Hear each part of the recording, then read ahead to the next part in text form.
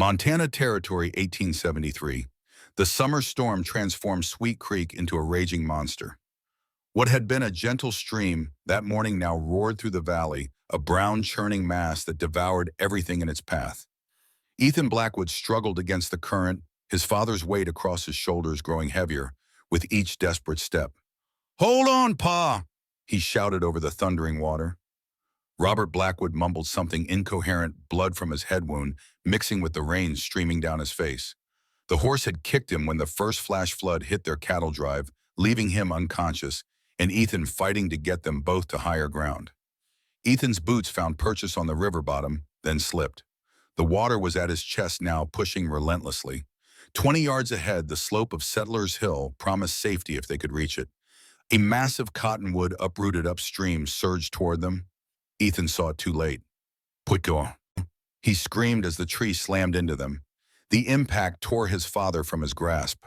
For one horrifying moment, their eyes met Robert's, suddenly clear and aware, understanding what was happening. His lips formed words Ethan couldn't hear over the roar of the water. Then the current took him. Ethan lunged, fingers grazing his father's coat before the torrent swept Robert Blackwood away. The same rushing water knocked Ethan's feet from under him, sending him tumbling downstream, his world reduced to brown water, pain, and the knowledge of his failure. "Pape!" Ethan Blackwood jolted awake, sweat-soaked sheets twisted around him like river weeds. His heart hammered against his ribs as he gasped for air, the nightmare as vivid as the day it happened 5 years ago. Outside his bedroom window, a gentle Montana dawn was breaking, no sign of the storm that had haunted his dreams. Inside the too-large house of Blackwood Ranch, silence reigned, the oppressive silence of a home built for a family now inhabited by a solitary man. Ethan swung his legs over the side of the bed, running a hand through his dark hair, now threaded with gray at the temples, despite being only 35. Sleep wouldn't return now. It never did after the nightmare. He reached absently for the bottle of whiskey on the bedside table, then stopped himself. No, not this morning. Instead, he pushed himself to his feet and moved to the basin, splashing cold water on his face. In the small mirror above it, a stranger stared back, a hard-faced man with eyes that had seen too much. 5 years since the flood. 5 years since he'd failed to save his father. 5 years of running the ranch alone, watching it slowly decline from the showpiece it had once been to the barely functioning operation it was today. As he dressed, Ethan's gaze fell on the trunk at the foot of his bed. Inside lay his Union Army uniform, untouched since he'd returned from the war. Before the flood, he'd been studying law in Helena, preparing to combine his father's practical knowledge of ranching with legal expertise to expand Blackwood Holdings. After the flood, he'd abandoned those dreams, retreating to the ranch and the numbing routine of daily chores. The scar on his forearm caught the morning light as he buttoned his shirt, a jagged mark he'd received during the flood, though he had no memory of how. His recovery afterward remained a blur of fever and strange dreams punctuated by foggy recollections of gentle hands and unfamiliar voices. Downstairs, Ethan put coffee on to boil and stepped onto the front porch. Blackwood Ranch spread before him, once the pride of Redemption Valley with its 1,000 acres of prime grazing land, orchard, and creek access. Now half the fences needed mending, the north pasture stood empty, and only a quarter of the original herd remained. Enough to keep him alive, not enough to thrive. Not that it mattered much to Ethan anymore. The sound of approaching hoofbeats drew his attention. A lone rider was coming up the drive, his black coat marking him clearly as Reverend John Sullivan, Ethan's only regular visitor since the flood. "Morning, Ethan," the Reverend called as he dismounted, teeing his horse to the porch rail. At 60, Sullivan was still spry, though his hair and beard had gone completely white. "Thought I'd find you up with the sun." "Reverend, Ethan nodded, pouring a second cup of coffee. "What brings you out this early?" Sullivan accepted the coffee with a grateful nod. "Trouble in town. Thought you should know." "Trouble always finds Redemption Springs," Ethan said flatly. "What kind this time?" "Clayton Reed's kind." Ethan's jaw tightened at the name. Clayton Reed, former Union officer turned businessman, had arrived in Redemption Springs 3 years ago with money and connections. Since then, he'd bought the silver mine, half the businesses in town, and was systematically acquiring ranches throughout the valley through foreclosures and tax liens. "What's Reed done now?" Ethan asked. "He's holding an auction today." Sullivan's voice dropped. 3 Otacado women, being sold like property. Ethan's cup stopped halfway to his lips. Slavery's been illegal for years, even for Indians. He's calling it indentured servitude for reparations against settler losses. Sullivan's disgust was evident. Sheriff Tanner's allowing it. Says it's legal since they were captured raiding settlements. Were they no raids reported anywhere in the territory this season? Sullivan said. These women were separated from their tribe when Reed's men drove the Otacado from their valley up north. What does Reed want with them? Sullivan hesitated. That's where it gets strange. Word is they know the location of something Reed wants badly, a water source of some kind on disputed land.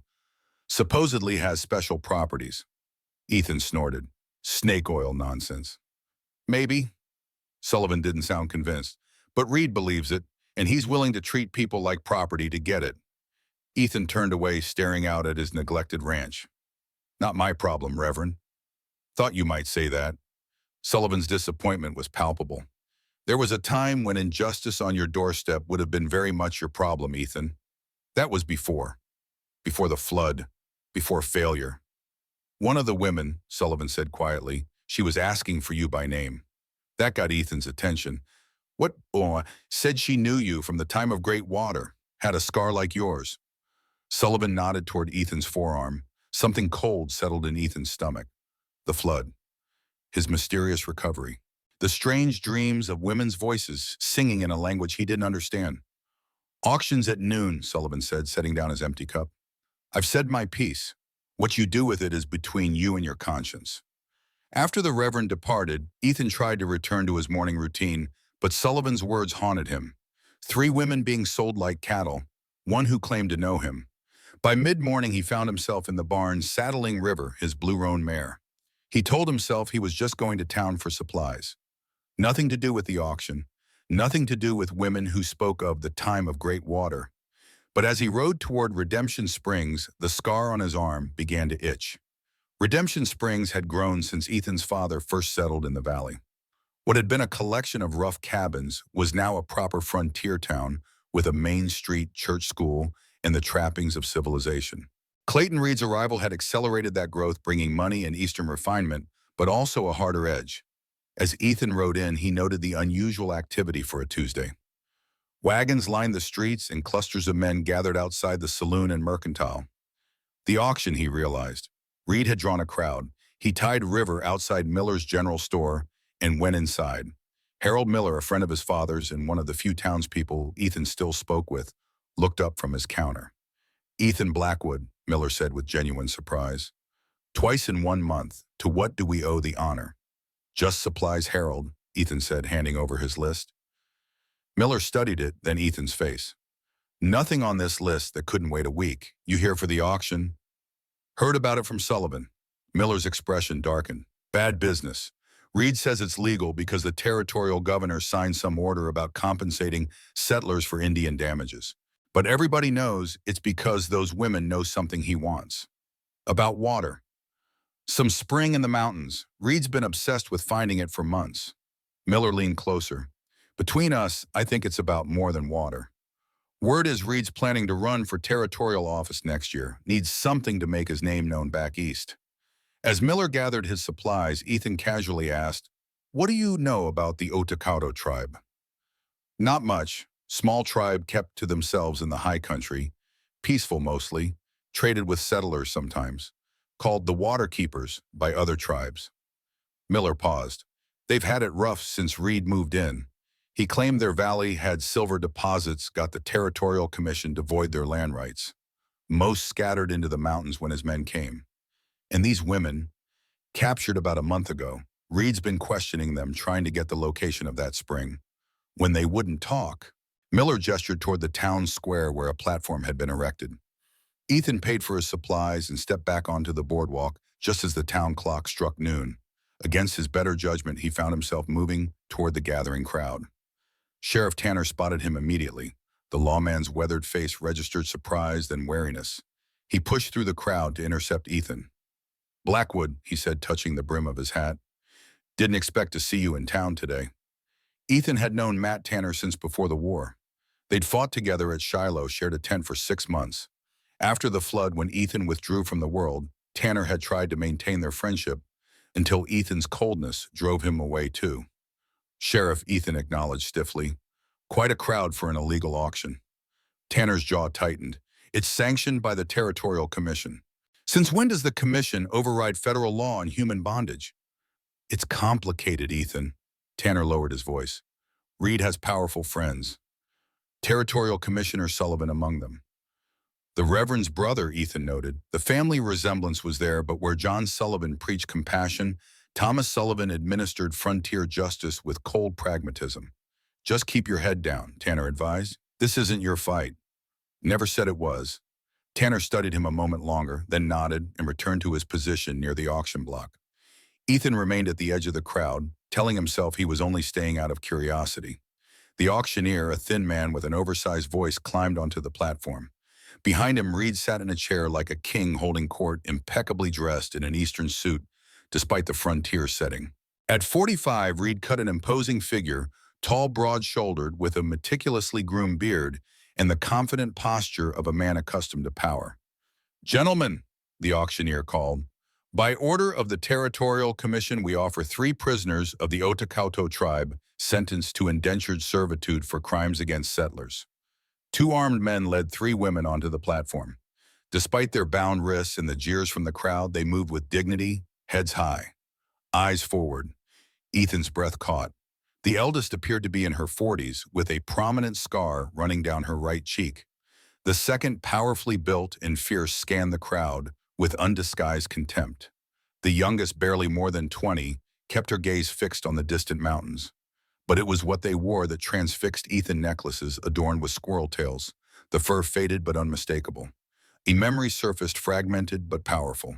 Lying on his back after the flood, half dead, looking up at women with such necklaces. The eldest woman singing in a language he didn't understand, while the others tended his wounds. Cool water on his lips that tasted of minerals and something indefinable. The scar on his arm burned. Bidding starts at $50 for all 3, the auctioneer announced. 75, someone called. The eldest woman's eyes moved steadily across the crowd, searching until they locked with Ethan's. Her gaze was dark as midnight, reflecting something ancient and knowing. Recognition flashed between them. 100. The bidding continued. Ethan stood, frozen memory and present colliding. These women had saved him after the flood, had found him downstream, pulled him from the water, healed him when he should have died. 200, a new voice called out. Reed himself had entered the bidding. 200 for the young one only, he clarified with a smile that didn't reach his eyes. The 3 women drew closer together, a subtle gesture of protection and unity. They're being sold as a group, Mr. Reed, the auctioneer said uncertainly. Then 300 for all 3. Reed's tone broke no argument. The eldest woman's gaze returned to Ethan, questioning, almost challenging. Without fully understanding why, Ethan moved forward through the crowd. When he reached the front, he slowly removed his father's gold pocket watch from his vest, the last heirloom of the Blackwood family. I'll buy them, he said, his voice rough from disuse but carrying in the sudden silence. Reed turned, his face darkening as he recognized Ethan. Well, if it isn't the hermit of Blackwood Ranch, he said with forced joviality. Didn't know you had interest in such commodities. Ethan ignored him, addressing the auctioneer. The watch is worth at least 500. I'm offering it for the 3 women. 550, Reed countered immediately. The watch, Ethan repeated, and 200 in cash. He reached into his pocket and produced the money, nearly everything he had brought to town. Reed studied him with narrowed eyes, then shrugged elaborately. Let him have them. He turned away, but added over his shoulder, your property taxes are due next month, Blackwood. I'd hate to see you lose that ranch over an oversight. The threat hung in the air as Ethan completed the transaction. When the sheriff came forward to remove their shackles, Ethan noticed the eldest woman's eyes never left his face. You're free to go, he told them, uncertain if they understood English. But if you want, you can come with me. I have a ranch, safe place, otherwise. The eldest woman touched the squirrel tail necklace at her throat, then pointed to him. A question hung in the air between them. Yes, Ethan said quietly. I remember. The wagon bumped along the rutted trail leading to Blackwood Ranch. Ethan sat in front, handling the reins, while the 3 women sat in the back, maintaining a dignified silence. Occasionally he felt the eldest's eyes on him, studying and assessing. They had not spoken during the journey from town. After the auction, Ethan had loaded his supplies, helped the women into the wagon, and left Redemption Springs as quickly as possible, aware of the stares and whispers that followed them. Now as they approached the ranch, Ethan struggled with uncertainty. What had possessed him to intervene to spend his father's watch and most of his cash on three strangers? Yet they weren't strangers, not entirely. The memory of his rescue had grown clearer since seeing them. "My name is Ethan," he said finally, touching his chest. "Ethan Blackwood." The eldest woman swallowed, then touched her own chest. "Naeli." Her voice was low and melodic, her English accented but clear. She pointed to the middle woman. "Kiona." Then to the youngest, Ayana. "Naeli, Kiona." "Ayana," Ethan repeated, nodding. "Good to meet you properly." Naeli reached up and touched the squirrel tail necklace, then pointed to Ethan again, more deliberately this time. "Yes," he confirmed. "I think you saved me during the flood 5 years ago." She nodded slowly, then spoke in her native tongue to her companions. Kiona responded sharply, gesturing toward Ethan with evident suspicion. Naeli replied calmly, and whatever she said seemed to placate Kiona, though the warrior continued to watch Ethan with narrowed eyes. "You are safe here," Ethan told them. "No one will harm you at Blackwood Ranch." Naeli studied him for a long moment, then nodded once. "Safe." She repeated the words, slightly accented but clear. As they rounded the final bend, Blackwood Ranch came into view. The two-story main house his father had built, the barn stables, and various outbuildings spread across the property. Cottonwoods lined Sweet Creek, their leaves shimmering in the afternoon light. Ethan pulled the wagon to a stop in front of the main house. "This is it," he said. He climbed down and walked around to the back of the wagon, offering his hand to help them down. The women exchanged glances. Then Naeli descended without taking his hand. The other two followed. Up close, Ethan could see details he'd missed before: the intricate tattoos on their forearms, the beads woven into Naeli's hair, the way Ayana's eyes darted everywhere, taking in every detail of the ranch. "You can stay in the cabin," Ethan said, pointing to a small but sturdy structure near the creek. "It was for the ranch hands before." He trailed off. He hadn't employed help since his father died. "It's yours now." Naeli's eyes followed his gesture, then returned to his face. Her expression remained unreadable, but she nodded once, a gesture so subtle he almost missed it. He led them to the cabin, which contained 4 simple beds, a hearth, a table with chairs, and basic provisions. "There's fresh water in the creek," he explained, pantomiming drinking. "Food here." He pointed to the shelves stocked with preserves and dried goods. "I'll bring more tomorrow." As they entered the cabin, Ethan noticed Kiona examining every corner, every window, every possible exit. Ayana went straight to the hearth, kneeling beside it and running her hands over the cold stones. Naeli stood in the center, her eyes never leaving Ethan. Then deliberately she touched the squirrel tail necklace at her throat, then pointed to him. "You remember," she said. Not a question. "Not clearly," Ethan admitted. "I was half dead, but I remember the necklaces." He gestured to the squirrel tail ornament she wore. "And hands caring for me. A song, I think." Naeli nodded, her expression unchanged, but her eyes softening slightly. "We found you in water, almost dead." "Why did you help me?" He asked the question that had lingered in his mind since recognizing them. "All life's sacred," she said simply. "Even white man life." The words carried no judgment, just a statement of her people's belief. "My father," Ethan said hesitantly. "Was he—" Naeli shook her head. "Only you in water." The confirmation of what he already knew, that his father had been lost to the flood, still stung even after 5 years. "I'm sorry," she said, surprising him with her perception of his pain. Ethan nodded, unable to speak for a moment. When he recovered, he asked, "Your people, where are they?" Something flashed in Naeli's eyes. Pain, worry, determination. "Lost," she said. "We search." "Lost, you mean separated from you," she nodded. "Bad men came, guns, sickness. We run. Sacred land not safe." She held up her wrists, mimicking shackles. "Captured." "And sold," Ethan concluded grimly. "Yes." Her gaze intensified. "Others still free. We find them." It wasn't a question, but a statement of intent. They would find their people with or without his help.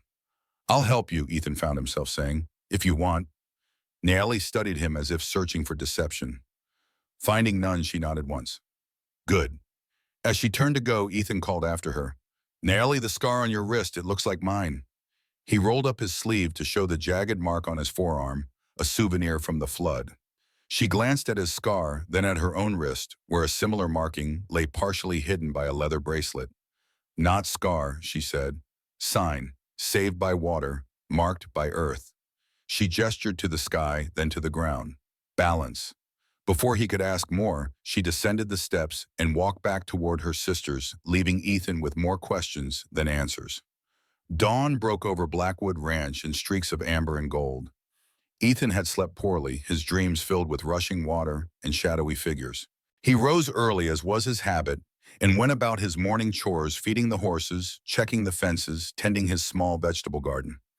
As he worked, he kept glancing toward the cabin by the creek. There was no sign of movement yet. He wondered if they had fled during the night, but somehow knew they hadn't. The ranch had grown quiet since his father's death. Once it had bustled with workers and activity cattle being moved, crops being harvested, horses being trained. Now Ethan maintained only what he could manage alone, a small herd of cattle, a vegetable garden, a few horses. He sold enough beef and produce to keep the ranch running, but the vast potential of Blackwood land lay largely dormant. Just as he finished his chores, he spotted movement near the cabin. Ayana had emerged and was kneeling by the creek, washing her face in the clear water. Her movements were graceful, almost reverent, as if performing a ritual rather than a simple task. Ethan approached slowly, not wanting to startle her. When she noticed him, she straightened but didn't retreat. "Good morning," he said. She didn't respond verbally, but her eyes, intelligent and assessing, watched him carefully. After a moment, she bent down again and continued washing. "I'm going to bring some food," he told her, gesturing toward the main house and then mimicking eating. She nodded slightly, indicating she understood. As he turned to go, the cabin door opened and Nayeli emerged. In the morning light, the scar on her cheek stood out starkly against her copper skin. She wore the same buckskin dress as yesterday, but had removed the iron cuffs that had bruised her wrists. Her eyes found Ethan immediately. He nodded in greeting, and to his surprise, she returned the gesture. Progress, he thought. When he returned with a basket of food, freshly baked bread, smoked venison apples, and a jar of honey, he found all three women sitting outside the cabin. Kiona was sharpening a stick with a small stone, creating what looked like a crude spear. She paused her work to watch him approach, her eyes wary. "Food," Ethan said, placing the basket on the ground between them. "For you." Nayeli reached forward and picked up an apple, examining it before taking a bite. The other two followed suit, though Kiona did so reluctantly. Ethan sat on a nearby stump, giving them space. He had questions, dozens of them, but sensed pushing too hard would only make Kiona more suspicious.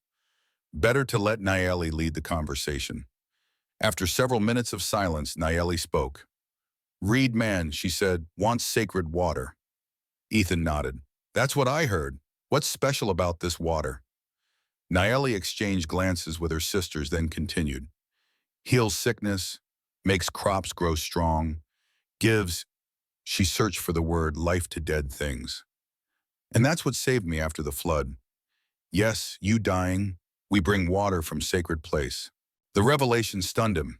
He had assumed his recovery was due to their herbal knowledge and care, not some mystical water source. And Reed wants to find this water to sell its medicine.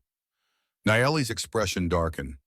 Reed wants water for power, for money, but also, she hesitated, something else in sacred place, something underwater.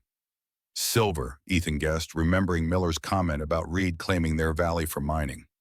Yes, much silver, Reed knows, wants both water and silver. Now it made sense. Reed's obsession with finding the spring wasn't just about miraculous water, but about mineral rights. He could establish a health spa based on the water while secretly mining the silver beneath. "Your mother," Nayeli continued, her voice tight with emotion. "Reed holds her, Makawi, tribe's heart, knows exact place of sacred water. He's holding your mother prisoner." Ethan's anger flared. "Where? Old trading post. In mountains." She gestured northward. "Many men with guns." Ethan considered this information. The old Hudson's Bay trading post in the northern foothills had been abandoned for years. Remote, defensible, the perfect place to hold prisoners away from prying eyes. Reed will hurt Mother, Nellie said, her calm facade cracking slightly. To find water. Ethan's jaw tightened. He had no love for Reed before, but the thought of him torturing an elderly woman for information ignited a fury he hadn't felt in years. We need to know more, he said, about Reed's plans, about how many men he has at the trading post. We know, man, Kiona spoke up unexpectedly, her English broken but intelligible. Daniel lives with tribe. Reed think he help, but he help us. A white man living with your tribe? Ethan asked, surprised. Naeli nodded. Daniel Wilson, hunter, married Otakado woman many seasons ago. Reed hired to find water. Daniel pretends to help but sends messages to us. This could be valuable, an inside man in Reed's operation. Can we contact this Daniel? Place in forest, Naeli said. Where messages left? Day's ride from here. Ethan nodded slowly, a plan forming. Tomorrow we'll check for messages. Today I need to go to town again, to learn what Reed is planning next. Kiona said something sharp in their language, clearly objecting. My sister says too dangerous, Naeli translated. Reed men will watch you now. Probably, Ethan agreed, but we need information, and there's someone in town who might help us, Reverend Sullivan. At the mention of Sullivan, Naeli and Kiona exchanged a significant look. What? Ethan asked, noticing their reaction. God-man has brother, Naeli said carefully. Thomas works with Reed. I know, but the Reverend doesn't share his brother's views. He's the one who told me about the auction. After further discussion, they agreed on a plan. Ethan would go to town alone to speak with Sullivan and gather information. Tomorrow he and Naeli would check for messages from Daniel, while Kiona and Ayana remained at the ranch. As Ethan prepared to leave, Naeli approached him privately. Be careful, she said. Reed man dangerous. Many eyes in town. I will, he promised. Lock the cabin door while I'm gone. There's a rifle under the floorboard by the hearth if you need it. Naeli's lips curved in the faintest smile. Know how to use gun, she assured him, and bow and knife. Ethan found himself returning the smile as first in longer than he could remember. I believe you. As he rode toward town, Ethan reflected on how quickly his isolated existence had been upended. Yesterday, he'd been a man merely existing, haunted by past failure. Today, he was plotting against the most powerful man in the county to rescue a woman he'd never met and protect a sacred spring he wasn't entirely sure he believed in. He should have been terrified, or at least resentful of this disruption. Instead, he felt something he hadn't experienced in 5 years' purpose. The scar on his arm tingled as River carried him toward Redemption Springs, where danger and answers awaited in equal measure. Redemption Springs had changed since Ethan's morning visit. Wagons that had gathered for the auction were gone, replaced by an undercurrent of tension that prickled the back of his neck as he rode down Main Street. Eyes followed him, some curious, some hostile, as word of his actions at the auction had clearly spread. Ethan tied River outside the small, whitewashed church at the edge of town. Reverend Sullivan's modest living quarters stood behind it, connected by a covered walkway. As Ethan approached, the door opened before he could knock. I was wondering when you'd return, Sullivan said, stepping aside to let him enter.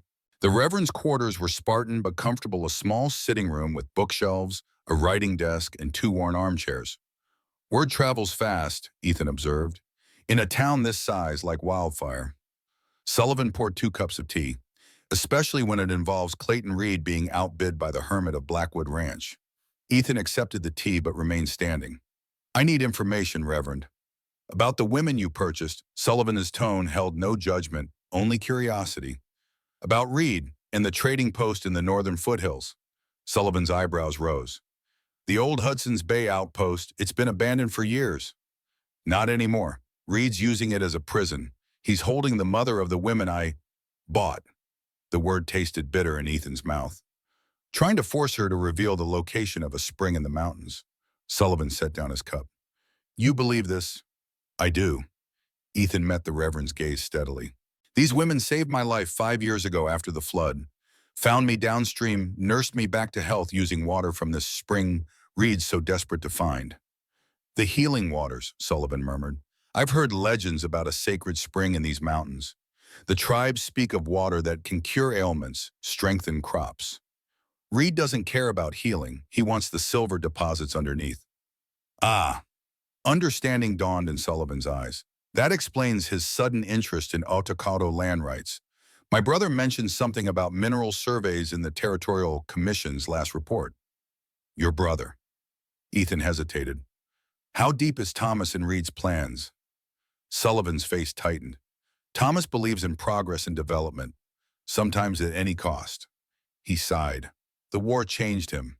He came back convinced that America's destiny was to tame every wilderness exploit, every resource, even if it means destroying a people's way of life. Especially then. He sees indigenous cultures as obstacles to advancement. Sullivan looked genuinely troubled. I've tried to reason with him, but my brother has the territorial governor's ear now. Ethan paced the small room. Reed's planning something big, beyond just finding this spring. The women mentioned silver, but I think there's more. There is. Sullivan reached into his desk drawer and withdrew a folded newspaper. Eastern investors are considering a railroad spur to connect Redemption Springs to the transcontinental line. If it happens, whoever controls the water and mineral rights in this valley stands to make a fortune. Ethan scanned the article. When was this published? 3 weeks ago. Reed received a telegram the same day confirming the survey team's arrival next month. Sullivan lowered his voice. There's something else. Thomas let slip that Reed's planning to run for territorial delegate to Congress next year. He needs a signature achievement to build his reputation. The pieces clicked into place. Reed wasn't just after wealth, he wanted political power. The spring offered both mineral wealth and a miraculous discovery to make his name known back east. How many men does Reed have at the trading post? Ethan asked. 6 guards from what I've heard, plus whatever mining engineers and surveyors he's brought in. Sullivan studied Ethan's face. You're planning something foolish, aren't you? Those women risked their lives to save mine. Their mother is being held prisoner and tortured. What would you have me do? Be careful. Reed has the law on his side, or what passes for law in this territory. Sullivan hesitated. Sheriff Tanner might help. He and Reed have been at odds lately. Ethan snorted. Tanner works for Reed. Not as willingly as you might think. Matt's a good man caught in a bad position. Reed holds the mortgage on his sister's farm. Before Ethan could respond, the church door opened and closed with a bang. Heavy footsteps crossed to the residence. John, a voice called. Are you there? Sullivan's face paled. My brother, he whispered. He wasn't supposed to be in town until Friday. Ethan looked around for an exit, but it was too late. The connecting door swung open, revealing Thomas Sullivan, taller than his brother, clean-shaven, dressed in an expensive suit that marked him as a government official rather than a frontier resident. His eyes widened at the sight of Ethan. Mr. Blackwood, what an unexpected pleasure. Commissioner, Ethan acknowledged stiffly. Thomas Sullivan turned to his brother. I didn't realize you were entertaining the local celebrity. Word of his performance at the auction has reached all the way to the territorial offices. Ethan was just leaving, Reverend Sullivan said. No, please. Thomas's smile didn't reach his eyes. Stay. I'm curious about your sudden interest in Indian affairs, Mr. Blackwood. After 5 years of isolation, you have chosen a rather public way to rejoin society. Just settling a debt, Ethan replied evenly. Those women saved my life once. Ah, yes, the flood. Tragic about your father. Thomas's feigned sympathy was worse than open hostility. Still purchasing people is illegal under federal law regardless of territorial exemptions. Technically, you've committed a crime. As has Reed, Ethan countered. Kidnapping, false imprisonment, torture. Thomas raised an eyebrow. Serious accusations. Do you have evidence? He's holding an elderly woman at the old trading post, trying to force her to reveal the location of a spring. The Otakauto Healing Spring. Thomas chuckled. Fairy tales, Mr. Blackwood. Clayton is conducting legitimate mineral surveys on land legally transferred from tribal control. If some old woman is being held, I'm sure it's for proper questioning about recent raids. There have been no raids, Reverend Sullivan interjected. You know that, Thomas. The brothers stared at each other, decades of disagreement crystallized in a single moment. Progress requires sacrifice, John, Thomas said finally. The sooner you accept that, the easier your conscience will rest. He turned back to Ethan. As for you, Mr. Blackwood, I suggest you stick to ranching. Your property taxes are due soon, I believe. It would be a shame if there were complications. The threat hung in the air between them. "Good day, gentlemen," Thomas said, turning to leave. At the door he paused. "Oh, in Blackwood. Those women you purchased, their legal status remains uncertain. I wouldn't make any long-term plans for them." After he departed, the silence stretched uncomfortably. "I apologize for my brother," Sullivan said finally. "The war damaged him in ways that aren't visible to the eye." "He's working with Reed," Ethan stated flatly. "Yes, though I suspect Thomas doesn't know the full extent of Reed's plans." Sullivan looked suddenly older, the weight of his brother's corruption heavy on his shoulders. "Reed's planning a demonstration of the Springs properties for potential investors next week. Thomas mentioned it before he knew I was helping you.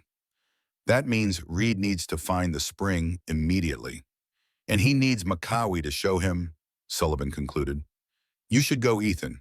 If Thomas reports back to Reed that you were here asking questions." Ethan nodded and moved toward the door. "Thank you, Reverend." "Ethan," Sullivan called after him, "whatever you're planning, remember that Reed has power and resources, but he also has a weakness." "What's that?" "Pride. He believes himself untouchable. Men like that make mistakes." As Ethan mounted river for the ride home, the sun was setting, painting Redemption Springs in deceptively peaceful hues of gold and purple. He took a circuitous route, watchful for followers, but the roads remained empty. The meeting with the Sullivan brothers had confirmed his suspicions. Reed's ambitions extended far beyond local business interests. He was building a power base for territorial politics. The spring and its silver deposits were crucial to those plans. More troubling was the revelation about Ethan's own legal situation. By purchasing the women, he'd technically violated federal law, giving Reed leverage against him. And Thomas Sullivan's parting shot suggested that Reed might try to reclaim the women through legal channels. Ethan urged River to a faster pace. They needed to check for messages from Daniel Wilson immediately, not wait until tomorrow. If Reed was accelerating his plans, time was running out for Macawi. Halfway back to the ranch, Ethan spotted a plume of smoke rising against the darkening sky. His heart stuttered. It was coming from the direction of Blackwood Ranch. He spurred River into a gallop, fear tightening his chest. Had Reed already retaliated? Were Nayeli and her sisters in danger? As he crested the final ridge overlooking his property, Ethan saw flames engulfing the old hay barn near the eastern fence line. Relief flooded him, not the main house or the cabin by the creek, but the message was clear. Reed was escalating. Ethan rode hard toward the cabin, finding Kiona standing guard outside, a rifle in her hands. Nayeli and Ayana were nowhere in sight. "Reed men," Kiona said tersely as he dismounted. "Oof. On horses. Shoot fire arrows. Then leave." She pointed toward the burning barn. "Are you all right? Where are Nayeli and Ayana?" "Getting water. Try to save barn." Kiona's expression was fierce. "I stay. Watch for more Reed men." Ethan grabbed buckets from the main house and raced toward the creek, where he found Nayeli and Ayana forming a bucket brigade. Their efforts were futile. The old barn was already mostly consumed, the dry timber feeding the flames. "Let it burn," Ethan called to them. "It's too far gone." Nayeli turned, relief crossing her face when she saw him. "You safe?" she said. "Worried Reed men find you in town." "I'm fine, but we need to move faster than we planned. Reed knows I was asking questions." They retreated to the cabin as darkness fell and the barn collapsed into smoldering ruins. Inside, Ethan relayed what he'd learned from the Sullivans, Reed's political ambitions, the railroad plans, and Thomas Sullivan's threats. "Reed will come back," Nellie said with certainty. "Barn just warning." "I know." Ethan ran a hand through his hair. "We need to contact Daniel Wilson tonight, not tomorrow. Find out exactly where they're holding your mother and how many men are guarding her." Kiona spoke rapidly in their language. Nayeli nodded. "My sister says forest meeting place too far for night journey," she translated. "But Daniel left other sign closer. Place where 3 creeks meet. Half-hour ride." "Can you find it in the dark?" Nayeli's lips curved slightly. "Stars same at night as day. We find." They decided that Ethan and Nellie would check for messages, while Kiona and Ayana remained at the ranch, hidden in the root cellar beneath the main house if trouble came. Before departing, Ethan distributed the weapons he'd kept stored since his father's death: 2 rifles, a shotgun, and a revolver, along with ammunition. "These were my father's," he explained, handling them with care. He believed in being prepared. Kiona examined the shotgun with expert hands, checking the action and sights. "Good weapon," she approved. "Old, but strong." Naeli chose the revolver, tucking it into her belt. Ready, she said simply. They rode out under a rising moon, Ethan on river, and Naeli on a dun gelding named Scout. She rode with the confidence of someone born to horsemanship, guiding them unerringly through the dark landscape. How did you learn to ride? Ethan asked as they traversed a narrow game trail. Otakoto always have horses, she replied. Since Spanish bring them long ago. Children learn before walking good. And English, where did you learn to speak it so well? Trading post, many seasons ago. Her voice grew softer. Father took me, said must know white man words to survive white man world. Your father was wise. Dead now. The words were flat, emotionless. Reed men kill when take Sacred Valley. 2 winters passed. Ethan felt a surge of anger. I'm sorry. No sorry, justice. She looked at him directly, her face ghostly in the moonlight. Why you help us, Ethan Blackwood? Not just because we save you from water. The question caught him off guard.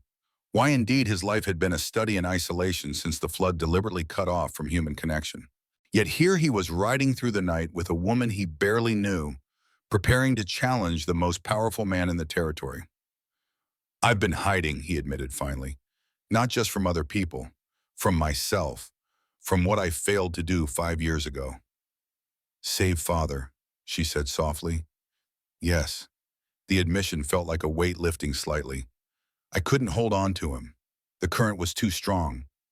But instead of accepting that I blamed myself, punished myself by cutting off everything that mattered. And now I have a chance to do something that matters, to help someone who needs it. He paused. Maybe that's selfish. Naeli considered this. Was selfish to find purpose again. Water takes, water gives, circle always turning. Before Ethan could respond, she raised her hand for silence. They had reached a small clearing where 3 creek beds converged, 2 flowing with spring, runoff 1 dry. Naeli dismounted and moved to a hollow oak at the clearing's edge. Reaching into a knothole, she withdrew a small oilskin packet. Inside was a folded piece of paper covered in neat handwriting. Daniel's words, she confirmed, handing it to Ethan. He unfolded the note and read it by moonlight. To whoever finds this, Reed has accelerated his plans. The survey team arrives in 10 days, not next month as previously thought. He intends to demonstrate the spring's properties to them and announce his political candidacy simultaneously. Makawi is being held in the trading post's storage cellar. Her condition weakens daily, though she has revealed nothing. Reed grows desperate and has authorized harsher methods. Guards number 8 with 2 mining engineers. They work in shifts of 4, changing at dawn and dusk. The north approach is least watched. Most urgent, Reed has sent for military assistance, claiming Indian raids on settlements. A cavalry detachment from Fort Benton is expected within the week to pacify the region before the survey team arrives. If you are reading this, know that I cannot maintain my cover much longer. Reed suspects my loyalty. I will try to help Makawi from within as long as possible. DW, Ethan handed the note to Naeli, watching her face as she read it. Her expression remained controlled, but her hands trembled slightly. Mother grows weak, she said finally. Must go tonight. Tonight, that's too dangerous. We need to plan. No time for plan. She interrupted, her voice sharp with urgency. Daniel says harsher methods. Means torture. And soldiers coming. She folded the note carefully. Mother dies, spring location dies with her. Reed knows this. Will break her before dawn. Ethan wanted to argue, but the determination in Naeli's eyes stopped him. This wasn't just about saving her mother. It was about protecting her entire people's way of life. We'll need help, he said finally. 2 of us against 8 guards in Reed's men. 3, Naeli corrected. Daniel inside. Will help when time comes. Ethan calculated rapidly. If they rode hard, they could reach the trading post before midnight. With Daniel's help from within and the element of surprise, they might have a chance. We go back for Kiona, Naeli continued. She is warrior, best fighter of sisters. What about Ayana? Too young, stays to protect ranch. They mounted quickly and rode back toward Blackwood Ranch at a gallop. As they approached, Ethan noticed something wrong. The windows of the main house were dark, but flickering lights showed through the cabin windows. He had left no lamps burning in either building. Something's wrong, he muttered, drawing his rifle. Stay behind me. They approached cautiously, using the trees along the creek for cover. As they drew closer, Ethan could make out 3 horses tied to the porch rail of the main house, horses he didn't recognize. "Reed men," Nellie whispered, drawing the revolver. Ethan signaled for her to circle around to the back of the cabin while he approached from the front. Moving silently through the familiar terrain of his own property, he reached the cabin window and peered inside. His blood ran cold. Sheriff Tanner stood in the center of the room, his badge catching the lamplight. Beside him were 2 deputies Ethan recognized from town. Kiona and Ayana sat at the table, hands bound behind them. Ethan ducked away from the window before he could be spotted. He circled around to find Nayeli at the rear of the cabin, her face taut with anger. "Sheriff," he whispered, "with 2 men, sisters captured." "I saw." Ethan's mind raced. "This changes everything. We can't leave them." "No." Nayeli's voice was firm. "Must split. You free sisters. I go to trading post." "Alone, that's suicide. No choice." Her eyes flashed in the darkness. "Mother dies, all dies. Spring tribe, everything." She took his hand, her touch surprisingly warm. "Trust me, Ethan Blackwood.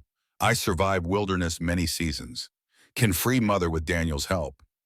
Ethan knew she was right. Someone had to rescue Makawi immediately. But the thought of Nayeli facing those odds alone twisted his gut. "Take River," he said finally. "She's faster than Scout and knows mountain trails." He hesitated, then pressed his father's pocket watch into her hand. "Show this to Daniel, so he knows I sent you." Nayeli nodded, closing her fingers around the watch. "Free sisters. Go to Old Mission Ruins north of town. We meet there. 2 days. If I don't come, then I find Reed," she said simply, "and kill him." Before Ethan could respond, she leaned forward and pressed her forehead to his, an otakoto gesture of connection and trust. Then she was gone, disappearing into the darkness toward where they had left the horses. Ethan turned his attention back to the cabin. Sheriff Tanner's presence complicated matters. Unlike Reed's hired guns, Tanner was a lawman. Shooting him would mean hanging, no matter the justification. He crept closer to the window again, straining to hear the conversation inside. "Just a matter of time before Blackwood returns," Tanner was saying. "When he does, we'll arrest him for violation of the Indian Trade and Intercourse Act." "That law," old Kiona replied defiantly, "not used since war." "Reed's reviving it," one of the deputies laughed. "Special for your friend Blackwood." "Reed not care about law," Ayana spoke up, her voice soft but clear, the first time Ethan had heard her speak. "Only cares about water and silver." Tanner shifted uncomfortably. "Just doing my job. Nothing personal." "Always personal when take freedom," Kiona retorted. Ethan had heard enough. Tanner might be conflicted, but he was still executing Reed's orders. Direct confrontation would be disastrous. He needed another approach. The solution came to him as he glanced toward the smoldering remains of the hay barn. Fire. Not to harm, but to distract. Moving quickly, Ethan gathered dry grass and twigs into a bundle, then soaked a rag in the coal oil lamp hanging on the porch of the main house. He positioned his makeshift torch near the woodpile behind the cabin, far enough from any buildings to be safe, but close enough to draw attention. With flint and steel, he lit the oil-soaked rag. The flame caught, immediately spreading to the dry grass. Ethan retreated to the shadows as smoke began to rise. It didn't take long. One of the deputies stepped outside for a smoke, spotted the growing fire, and raised the alarm. Within moments, all 3 lawmen had rushed out to battle the blaze before it could spread to the cabin. Ethan circled around and slipped in through the back door. Kiona and Ayana's eyes widened at his appearance. "No time," he whispered, cutting their bonds with his hunting knife. "Out the back. Stay low." The 3 of them slipped into the night as Tanner and his deputies fought the fire, which was now consuming the woodpile with dramatic flames but posing little actual danger to the structures. Ethan led the sisters to the root cellar behind the main house where they would be hidden if the lawmen returned to search the cabin. "Nayeli," Kiona asked urgently. "Gone to free your mother," Ethan explained. "We're to meet her at the old mission ruins in 2 days. Kiona's expression darkened. "Alone, too dangerous." "It was her choice. We need to move quickly, grab whatever supplies you can carry. Once Tanner realizes you're gone, he'll search the property." As Ayana gathered food and Kiona collected weapons, Ethan explained the situation. Daniel's message, the impending arrival of cavalry, Reed's accelerated timeline. "Reed desperate," Kiona observed grimly. "Desperate men dangerous." We need to get off the property before dawn, Ethan agreed. Is there somewhere safe we can go while Naeli rescues your mother? Ayana and Kiona exchanged glances. Then Ayana spoke her English, more fluid than her sister's. Sacred Cave, half-day journey west. Old place where tribe hid from enemies many times before. Will Reed's men know about it? No, Kiona said confidently. Only Otakauto know. They worked quickly packing supplies and the remaining weapons. Ethan retrieved his father's maps from the house, noting the location. Ayana pointed out a canyon system in the western foothills that hadn't been properly surveyed. As they prepared to leave, a commotion from the direction of the cabin told them Tanner had discovered his prisoners missing. Lantern light bobbed as the lawmen began searching the outbuildings. Time to go, Ethan whispered. They slipped away into the darkness, leaving Blackwood Ranch behind. As they crested the western ridge, Ethan looked back at the property his father had built, uncertain if he would ever see it again. The old Ethan would have been devastated at the prospect of losing his ancestral home. But the man riding into the night with two Otakoto women recognized that some things mattered more than property, justice, freedom, and the lives of those who had saved him when he was at his lowest. Somewhere to the north, Naeli was riding toward even greater danger. Ethan sent a silent prayer to whatever forces govern the universe that they would all live to see their next sunrise. The search for the sacred waters had begun in earnest, and there would be no turning back. Naeli rode through the night like a ghost, one with the darkness and the land. River responded to her subtle commands as if they had ridden together for years, not hours. The big roan mare seemed to sense the urgency of their mission, picking her way sure-footed along game trails that would have been invisible to most white men. The quarter moon provided just enough light for Naeli to navigate the increasingly rugged terrain as they climbed into the northern foothills. The old Hudson's Bay trading post lay in a narrow valley between twin peaks the Otakauto called the Sleeping Brothers. In the tribe's stories, the mountains were warriors who stood guard over sacred lands turned to stone by the Creator to maintain eternal watch. Tonight, Naeli prayed they would watch over her as she attempted the impossible. As she rode, her mind drifted to Ethan Blackwood. 5 years ago, when they had pulled his half-dead body from the flood-swollen creek, she had never imagined their paths would cross again. The sacred water had saved him, leaving its mark upon his spirit, as it did to all who drank deeply of it. But the greater mark had been on his heart, the loss of his father, the guilt he carried. Naeli understood such guilt. She too had lost family to forces beyond her control. Her father killed defending their sacred valley. Her younger brother lost to sickness brought by white settlers. Each death a stone added to the burden she carried as eldest daughter, future leader of a dwindling people. River's ears pricked forward, bringing Naeli's attention back to the present. They were nearing the trading post. She slowed the mare to a walk, then dismounted, leading River into a dense stand of pines half a mile from her destination. There she secured the horse with enough slack to graze, but not enough to wander far. Wait quiet, she whispered in her own language, stroking the mare's neck. Return when called. From here, Naeli continued on foot. She moved like water through the underbrush, making no more sound than a shadow. Her people had hunted these mountains for generations. Every rock and tree was known to her, even in darkness. The trading post came into view as she crested a small ridge, a 2-story log structure surrounded by a wooden palisade. Once it had been a place of fair exchange between her people and the fur traders. Now it stood as a prison for her mother and a symbol of Reed's greed. Naeli settled into a hollow beneath a fallen log to observe. Daniel's message had said 8 guards working in shifts of 4. She counted 3 men on patrol, 1 walking the perimeter of the palisade, 2 more stationed at the main gate. The 4th would be inside guarding Makawi. Oil lamps illuminated the compound, casting long shadows across the yard. A smaller cabin outside the main palisade appeared to be a bunkhouse for the off-duty guards. Through its window, she could see men playing cards. As Naeli watched the door to the main building open, Clayton Reed himself emerged, followed by a tall man in a suit she recognized from Ethan's description, Thomas Sullivan, the territorial commissioner. They spoke briefly, their voices too distant to hear, before Sullivan mounted a waiting horse and rode south toward Redemption Springs. Reed remained outside, smoking a cigar as he surveyed his operation. Even at this distance, Naeli could see the satisfaction in his posture, a man who believed himself master of all he surveyed. Soon you will know difference, she thought. She continued her observation until Reed returned inside, noting the timing of guard changes and the location of weapons. The night was growing old. She would need to act before dawn brought more activity to the compound. Naeli circled the palisade, seeking the weakest point of entry. The north side, as Daniel had indicated, was less vigilant. The wall there backed against a steep slope considered too difficult to approach. But what Reed's men saw as an impediment, Naeli recognized as an advantage. She climbed the slope, using roots and rock outcroppings as handholds. At the top, a massive pine grew with branches extending over the palisade. Perfect. Naeli scaled the tree with practiced ease, then inched out along a sturdy limb that hung directly over the compound wall. Pausing, she withdrew Ethan's pocket watch from her dress. The gold caught the moonlight, reminding her of her promise. Find her mother, meet at the mission ruins, 2 days. Naeli tucked the watch away and prepared to drop into the compound. 20 feet below, a guard rounded the corner on his patrol route. She held perfectly still until he passed, then lowered herself from the branch and dropped silently onto the top of the palisade wall. From there, she crouched low and surveyed the yard.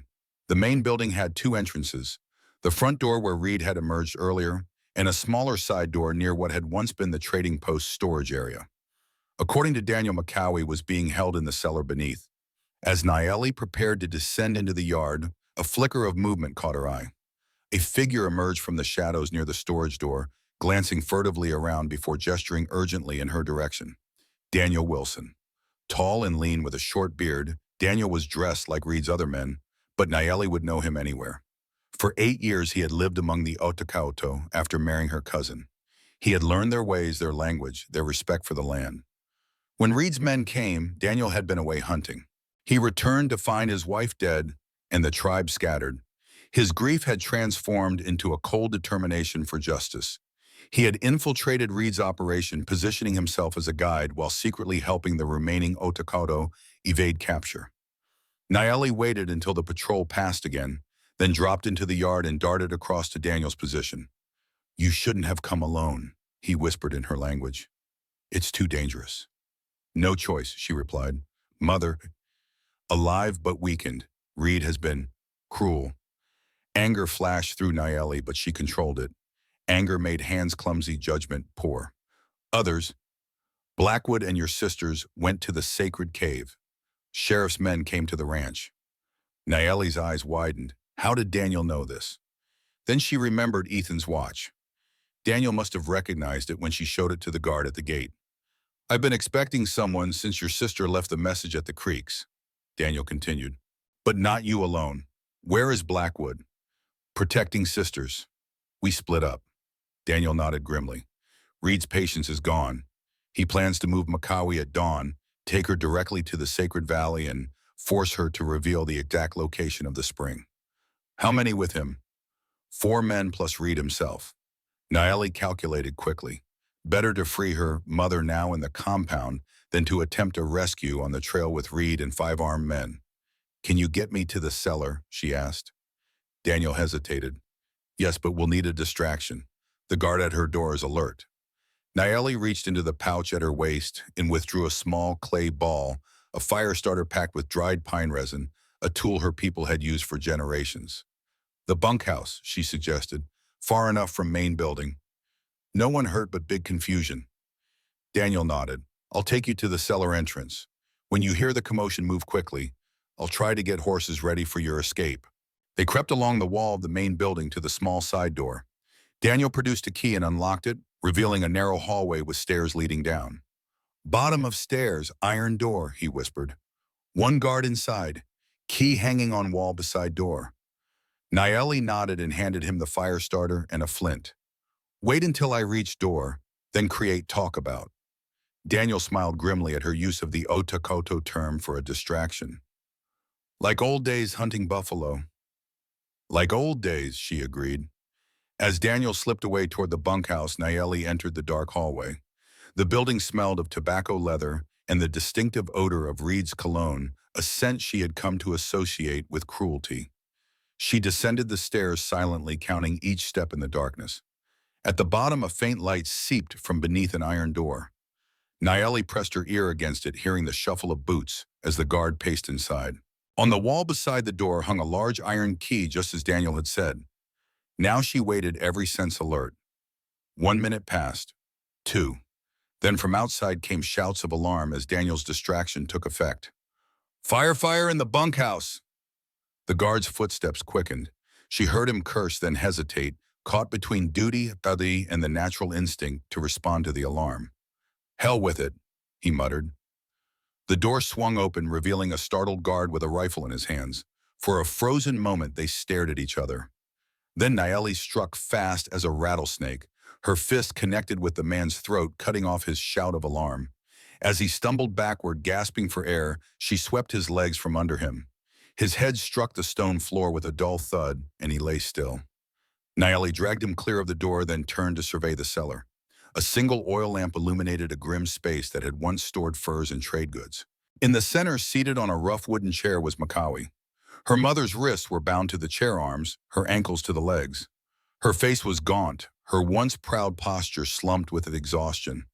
But her eyes, those eyes that had guided the tribe through drought, disease, and displacement, still burned with fierce determination. "Mother," Nayeli whispered, rushing to her side. Makawi's head lifted. Recognition dawned, followed by alarm. "No," she rasped in their language. "You shouldn't be here, trap." Before Nayeli could respond, slow applause echoed from the stairway. She whirled to find Clayton Reed descending into the cellar, a revolver held casually in his right hand. "Impressive," he said, his refined Eastern accent incongruous in the rough setting. "I suspected someone might attempt a rescue, but I didn't expect it to be you, Ms. Nayeli. Alone, no less." Nayeli positioned herself between Reed and her mother, one hand moving toward the revolver hidden in the folds of her dress. "I wouldn't," Reed warned, raising his gun. "My men are dealing with Wilson's little distraction. They'll be here momentarily." "Daniel," Nayeli whispered, understanding dawning, "has been under suspicion for some time," Reed confirmed. "Tonight merely confirmed it. He'll face consequences for his betrayal, I assure you." Makawi spoke again in their language. "The sacred water showed him in a dream. He knew you would come." Reed smiled thinly. "I don't speak your primitive tongue, but I recognize the reference to your magical spring." He stepped closer. "Which brings me to why you're still alive instead of shot as a trespasser. You're going to lead me to it." "Never," Nayeli said. "You misunderstand. This isn't a negotiation." Reed's smile disappeared. "Your mother has endured considerable discomfort without revealing its location. I admire her fortitude truly, but I wonder if she'll maintain her silence while watching her daughter suffer." Fear flashed across Makawi's face, the first time Nayeli had seen such an expression from her stoic mother. "Or perhaps," Reed continued, "you'll be more cooperative than she was. After all, Blackwood went to considerable expense to purchase you. It would be a shame if his investment was damaged." "Blackwood coming," Nellie bluffed, "with many men, soon." Reed laughed. "A charming attempt, but we both know the hermit of Blackwood Ranch has no many men. He's a broken shell who hides from the world. And at this moment, he's likely in custody of Sheriff Tanner for violating federal law." The sound of boots on the stairs announced the arrival of Reed's guards. 3 armed men filed into the cellar surrounding Nayeli and Makawi. "Take them both," Reed ordered. "Secure them in the wagon. We leave for the Sacred Valley immediately." "What about Wilson?" one guard asked. "Find him. When you do make an example of him." Reed's cold eyes fixed on Nayeli. "Let the remaining savages understand the price of defiance." As the guards moved to seize them, Makawi began to sing a low melodic chant that seemed to resonate with the very stones of the cellar. The sacred song passed down through generations of Otakauto spiritual leaders, a song of protection, of connection to the ancestors. Reed's face darkened. "Silence her!" But Nayeli had joined the song, their voices twining together in ancient harmony. The effect was mesmerizing even to the guards who hesitated in their advance. "Now!" Reed shouted, breaking the spell. Rough hands seized Nayeli, twisting her arms behind her back. She fought, landing solid blows that sent one guard staggering, but the others overwhelmed her through sheer numbers. Beside her, Makawi continued singing, even as they cut her bonds and dragged her to her feet. As they were forced up the stairs and into the compound yard, the eastern sky was lightening with the first hint of dawn. The bunkhouse still smoldered, but the fire had been contained before spreading to the main building. A covered wagon stood ready, 2 horses already hitched. Inside, Nayeli could see chains bolted to the floor prepared specifically for prisoners. Daniel was nowhere to be seen. Had he escaped, or had Reed's men already found him? As they were marched toward the wagon, Nayeli caught Makawi's eye. Her mother's gaze shifted subtly toward the palisade gate, then back. A message, an opportunity coming. Reed walked ahead of them, issuing orders to his men as they prepared for departure. "We'll take the Eastern Trail. It's longer, but avoids Redemption Springs. I want no witnesses to our expedition." At the wagon, two guards lifted Makawi, weakened by days of captivity, onto the tailgate. As they turned to Nayeli, she locked eyes with her mother and nodded almost imperceptibly. Makawi drew a deep breath and resumed her song louder, now her voice carrying across the compound. The effect was immediate. The horses hitched to the wagon grew restless, ears flicking nervously as the strange tones washed over them. "Shut her up," Reed snapped. But it was too late. The song rose to a crescendo, and the horses panicked. They reared and plunged, breaking free of the man holding their bridles, and bolted forward. The wagon lurched violently, throwing the guards off balance. Nayeli seized the moment. She drove her elbow into the stomach of the man holding her, then spun to deliver a stunning blow to his temple. As he crumpled, she snatched his revolver and fired 2 shots into the air. The horses, already panicked, went wild. The wagon careened across the compound, scattering men as they dove for safety. It crashed into the palisade gate with splintering force, partially collapsing the barrier. Chaos erupted. Guards scrambled for weapons. Reed shouted contradictory orders, and through it all, Makawi's song continued. Nayeli fought her way to the wagon where her mother clung to the side rails. With strength born of desperation, she pulled Makawi free and half-carried her toward the damaged gate. A bullet whined past her ear. Nayeli turned to see Reed himself advancing, revolver raised for another shot. She fired back, forcing him to seek cover behind a water trough.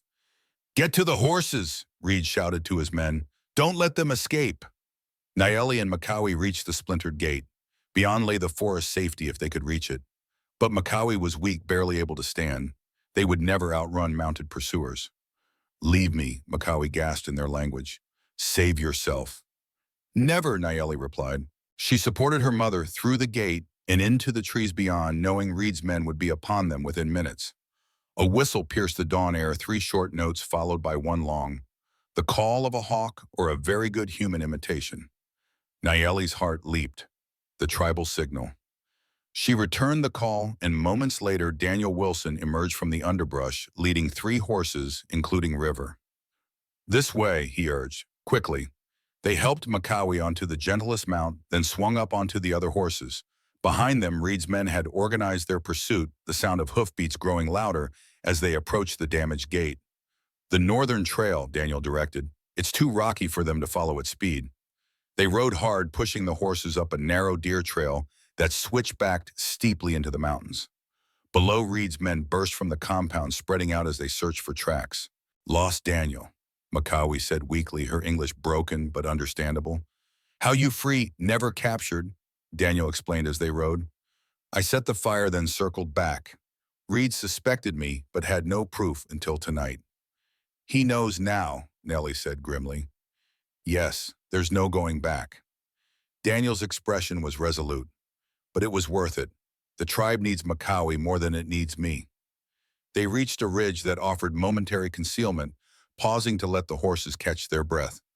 Below, Reed's men had found their trail and were beginning the ascent, though their heavier mounts struggled with the terrain. "We need to split up," Daniel decided. "They'll expect us to head for the Sacred Valley. I'll lead them west while you 2 go east, then south to the meeting place." "Mission ruins," Nellie confirmed. "Ethan and sisters wait there." "Blackwood?" Makawi asked, surprise evident despite her exhaustion. "Man from flood," Nellie explained. "Water marked him. Helping us now." Understanding dawned in Makawi's eyes. "The circle closes," she murmured. Daniel checked the ammunition in his rifle.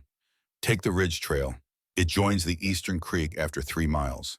Follow that to the old hunting grounds, then cut south. Reed's men won't know those paths." "You come too," Nellie insisted. Daniel shook his head.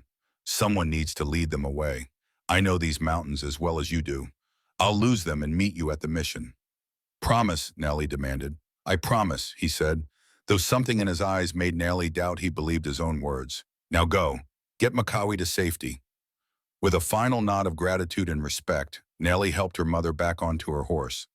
They set off along the ridge trail while Daniel waited until Reed's men came into view, then deliberately showed himself before galloping westward. The ruse worked. The pursuers changed course following Daniel and leaving Nayeli and Makawi to make their escape eastward. They rode in silence, Nayeli watchful for signs of pursuit, Makawi conserving her strength. The sun climbed higher, warming the spring air and bringing the scent of pine and wildflowers. Only when they reached the eastern creek, its waters running high with snowmelt, did Nayeli feel safe enough to stop and tend to her mother. Makawi's condition was worse than she had initially appeared. Her wrists were raw from restraints, her body thin from deprivation. But it was the darkened bruises on her arms and face that ignited Nayeli's rage, evidence of Reed's questioning. Drink, Nayeli urged, helping her mother to the creek's edge. Water gives strength. Makawi drank deeply, then sat back with a sigh. Not sacred water, she said, but good. Clean.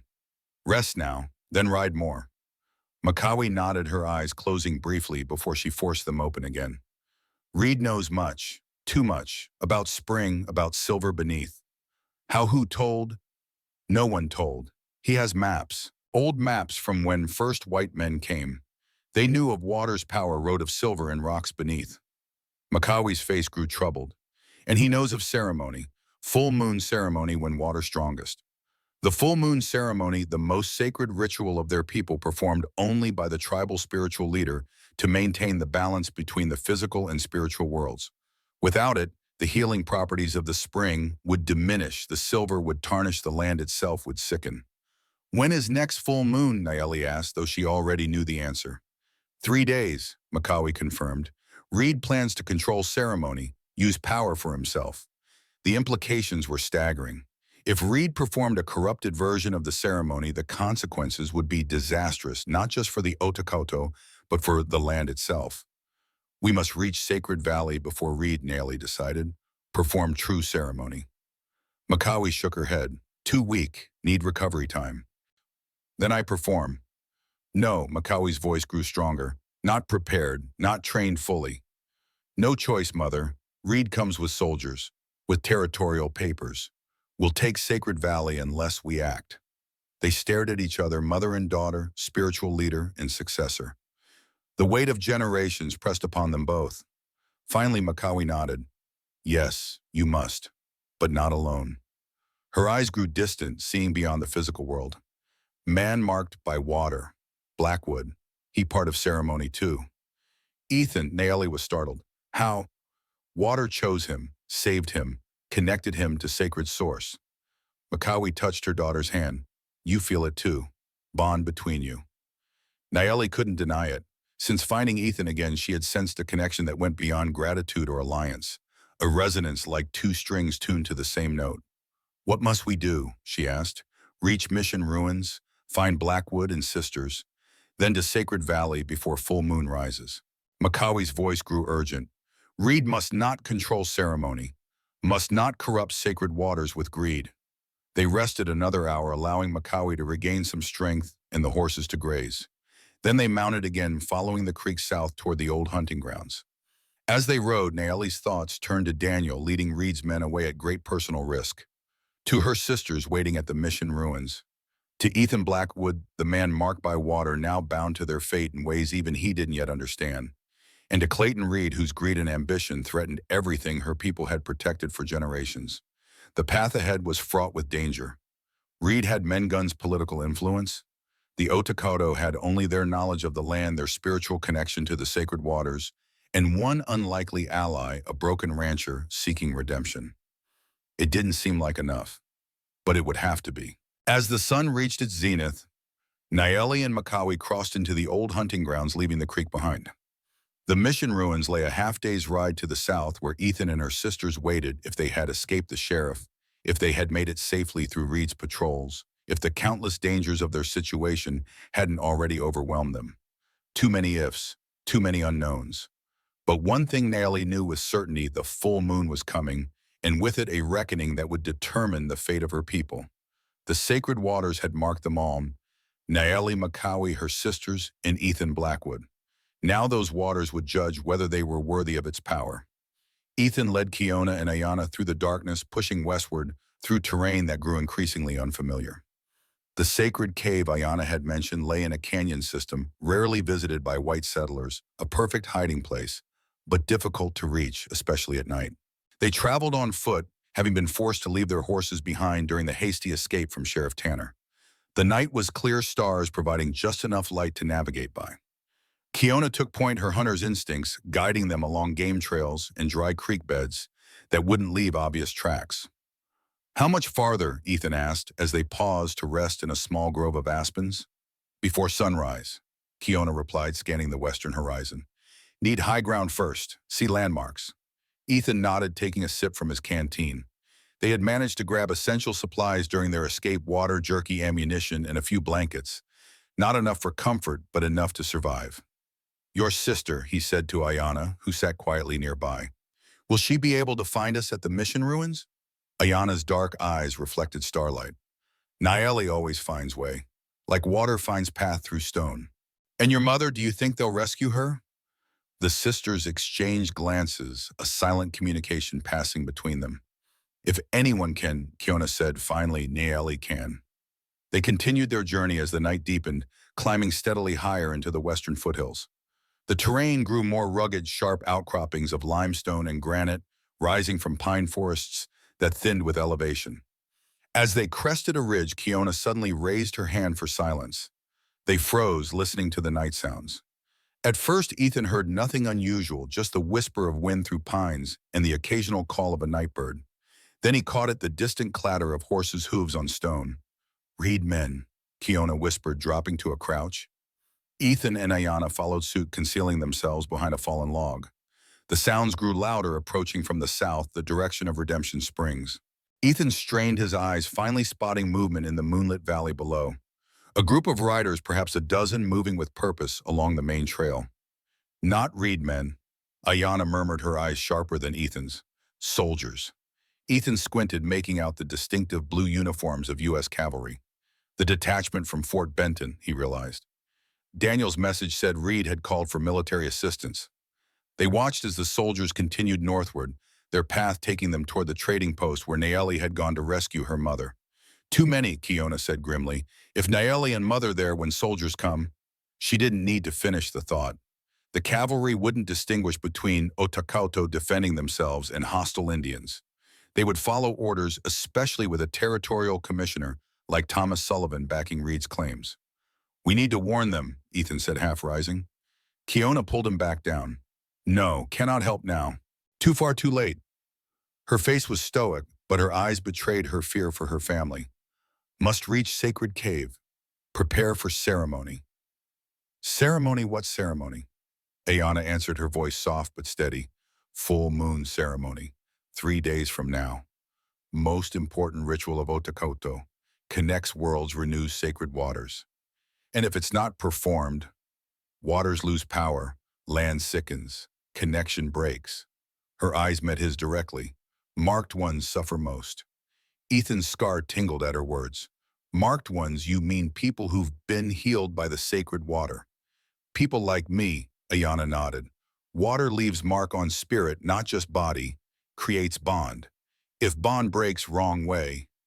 She drew her finger across her throat in a universal gesture. The implication sent a chill through Ethan. His connection to the sacred water, to Naeli and her people, was more than symbolic. It was literal, physical, potentially fatal if severed improperly. "All the more reason to reach the cave," he said, pushing aside his unease. "We'll wait for Naeli and your mother there, then head to the sacred valley for this ceremony." They continued westward, more cautious now, with the knowledge that soldiers patrolled the region. As the eastern sky began to lighten with approaching dawn, Kiona led them to higher ground. From a rocky promontory, she surveyed the landscape, orienting herself with practiced ease. "There," she said, pointing to a distant canyon wall barely visible in the pre-dawn light. "Sacred cave behind waterfall.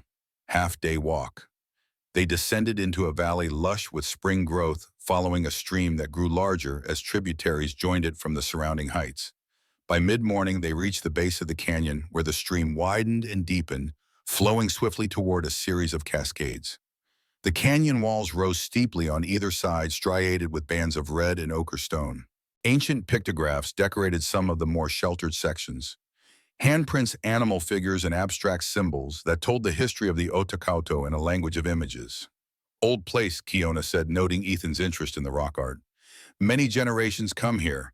Sacred cave, oldest shelter of tribe. They followed the stream to where it plunged over a 30-foot drop, creating a curtain of water that concealed the entrance to a cave behind. The approach was treacherous, a narrow ledge slick with spray that skirted the edge of the pool below the falls. Kiona went first, demonstrating the path. Ayana followed her movements, graceful and assured despite the danger. Ethan came last, pressing himself against the canyon wall as he edged along the narrow shelf. Behind the waterfall, the cave opened up, surprisingly large and dry. Sunlight filtered through the falling water, casting rippling patterns on the walls. Previous occupants had left evidence of their stay fire ring storage niches carved into the rock, sleeping platforms built from timber and grass. Many times tribe hide here, Kiona explained as they settled in. From enemies, from soldiers, from winter storms. It's well hidden, Ethan agreed, impressed by the natural fortress. They set about making the cave habitable, gathering dry wood for a small fire, arranging their limited supplies, ensuring the entrance was secure. As they worked, Ethan noticed Ayana studying him with quiet intensity. "What is it?" he finally asked. "Your mark," she said, gesturing to his arm. "May I see?" Ethan rolled up his sleeve, revealing the jagged scar left by the flood. In the filtered light of the cave, it seemed to shimmer slightly, like the surface of water reflecting sun. Ayana knelt beside him, examining the mark without touching it. "Strong connection," she murmured. "Water chose well." "What does that mean, the water chose me?"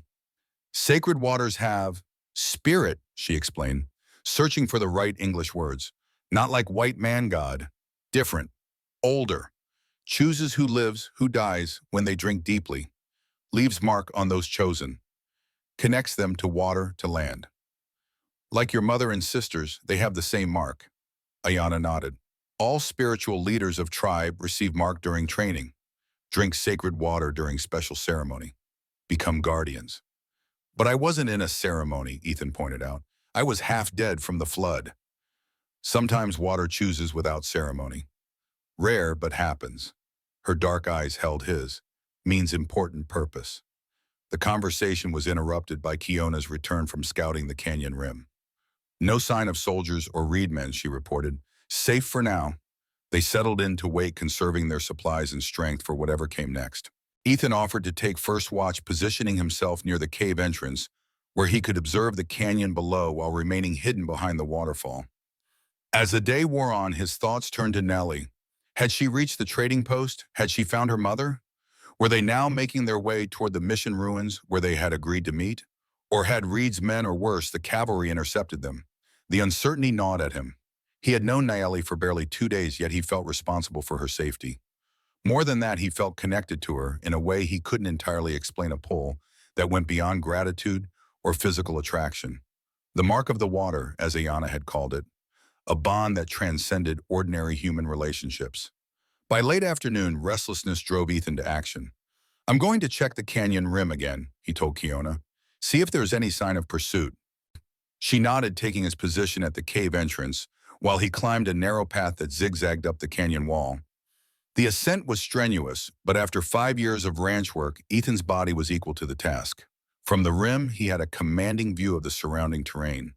To the east lay Redemption Springs and Blackwood Ranch, now lost to him unless Reed could be stopped. To the north, the trading post, where Nayeli had gone. And to the south, the mission ruins, where they had agreed to meet an abandoned Spanish mission dating back to the previous century. No sign of movement in any direction, which was both reassuring and troubling. If Nayeli had succeeded, she and Makawi should be making their way toward the mission by now. As Ethan scanned the horizon, something caught his eye, a plume of smoke rising from the northern hills in the approximate location of the trading post. Too much smoke for a cooking fire. Too deliberate for a forest fire. A signal or evidence of conflict. He stared, trying to discern patterns in the rising column, but it remained steady, offering no clues. After watching for nearly an hour, the smoke finally dissipated, leaving Ethan with more questions than answers. He descended to the cave as dusk approached, reporting what he had seen.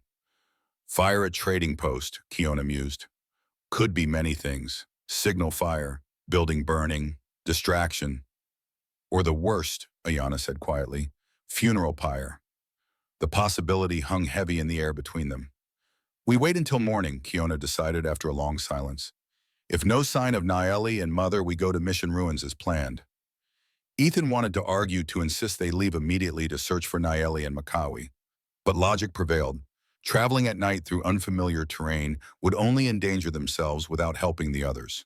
They ate a sparse meal of jerky and dried berries, then settled in for the night. Kiyoshona took first watch, Ethan second, Ayana third.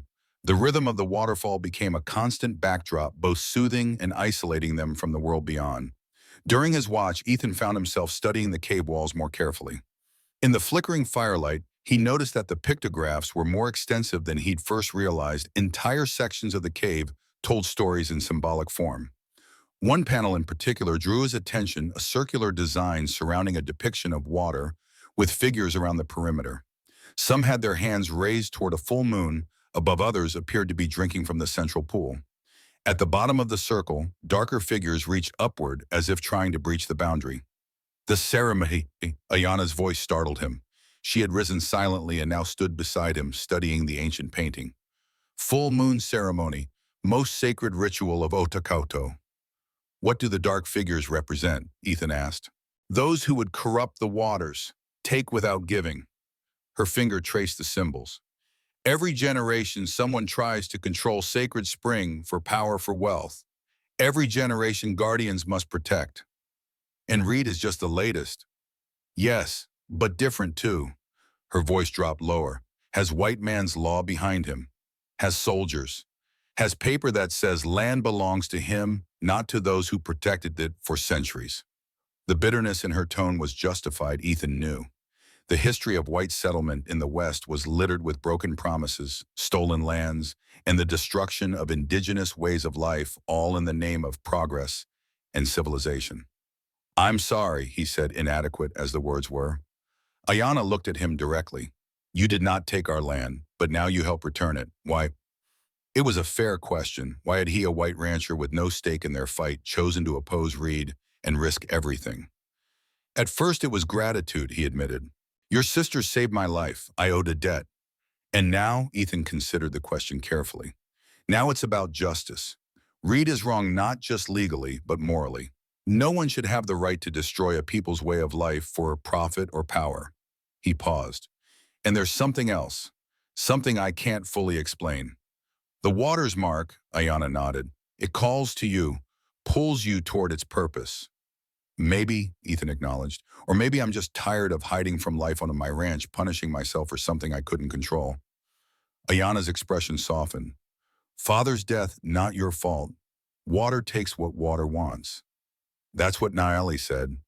Sister speaks truth. Always. A small smile touched Ayana's lips, even when truth hurts. She returned to her sleeping place, leaving Ethan to contemplate the ancient pictographs and the way they echoed the present conflict. Different actors, same story, the struggle to control or protect the sacred waters. Morning came with no sign of Naeli or Makawi. After a brief discussion, they decided to proceed to the mission ruins as planned, hoping to find the others already waiting there. The journey would take most of the day, crossing rugged terrain while avoiding the main trails where Reed's men or cavalry might patrol. They set out at dawn, Kiona again, taking the lead, Ayana in the middle, Ethan bringing up the rear. The day grew warm as they traveled, spring sunshine bringing life to the mountains. Wildflowers carpeted meadows, birds called from the forest canopy, and once they spotted a black bear with cubs in a distant ravine. Under different circumstances, Ethan might have appreciated the beauty surrounding them.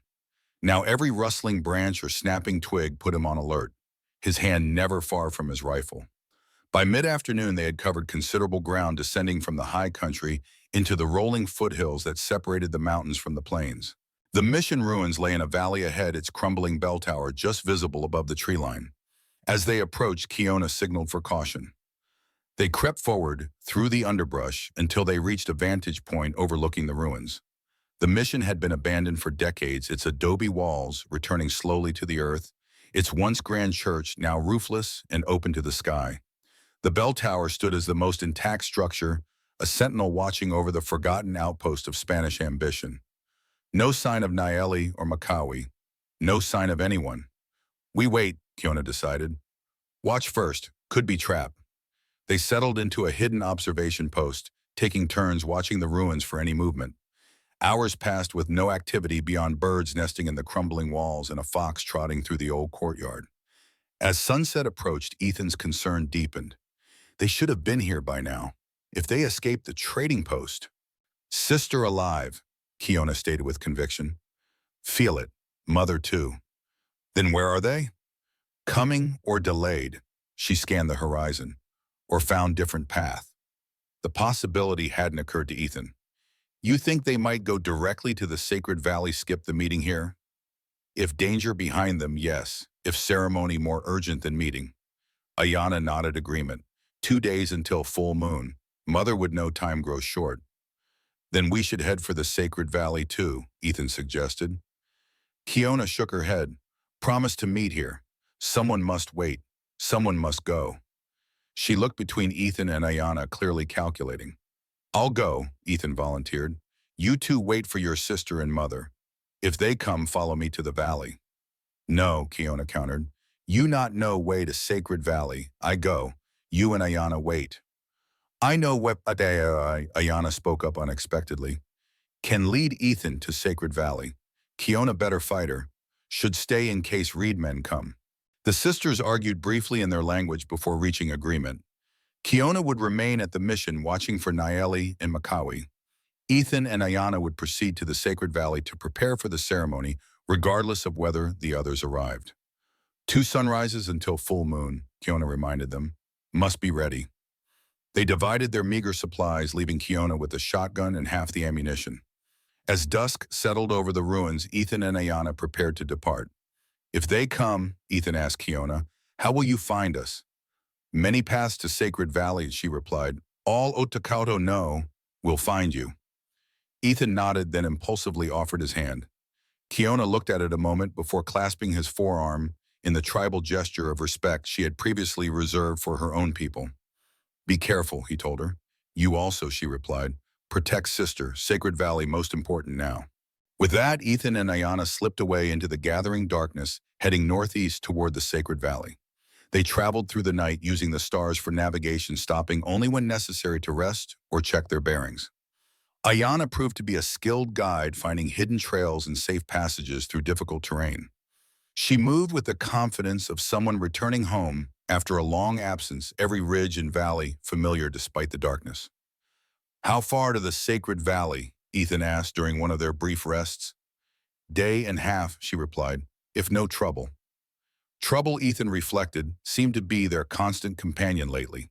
Between Reed's men, the cavalry, and Sheriff Tanner's legal pursuit, they were surrounded by threats.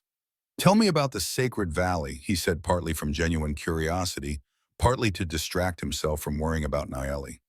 Ayana's eyes lit up at the question. Most beautiful place in world, she said with conviction. Waters flow from mountain, create pools down stone steps. Trees grow where nothing should grow. Animals come to drink, leave in peace with each other. And the silver deposits Reed wants. Under lowest pool, great seam of silver, purest kind. Old stories say silver reflects spirit world into water, makes connection between worlds possible.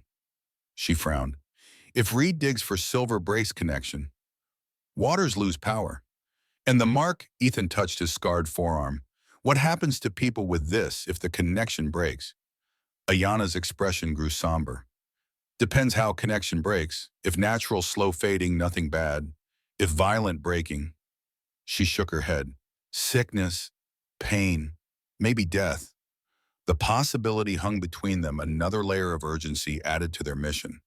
This wasn't just about saving the Otakauto's sacred land or stopping Reed's exploitation. For Ethan personally, it could be a matter of life and death. They continued through the night, pushing themselves to cover ground while darkness provided some protection from watchful eyes. By dawn, they had crossed into territory Ayana identified as the approach to the Sacred Valley. Otakauto land now, she said with a quiet pride. Ancient boundaries. The landscape supported her claim. Stone cairns marked certain ridge lines, too regularly spaced to be natural.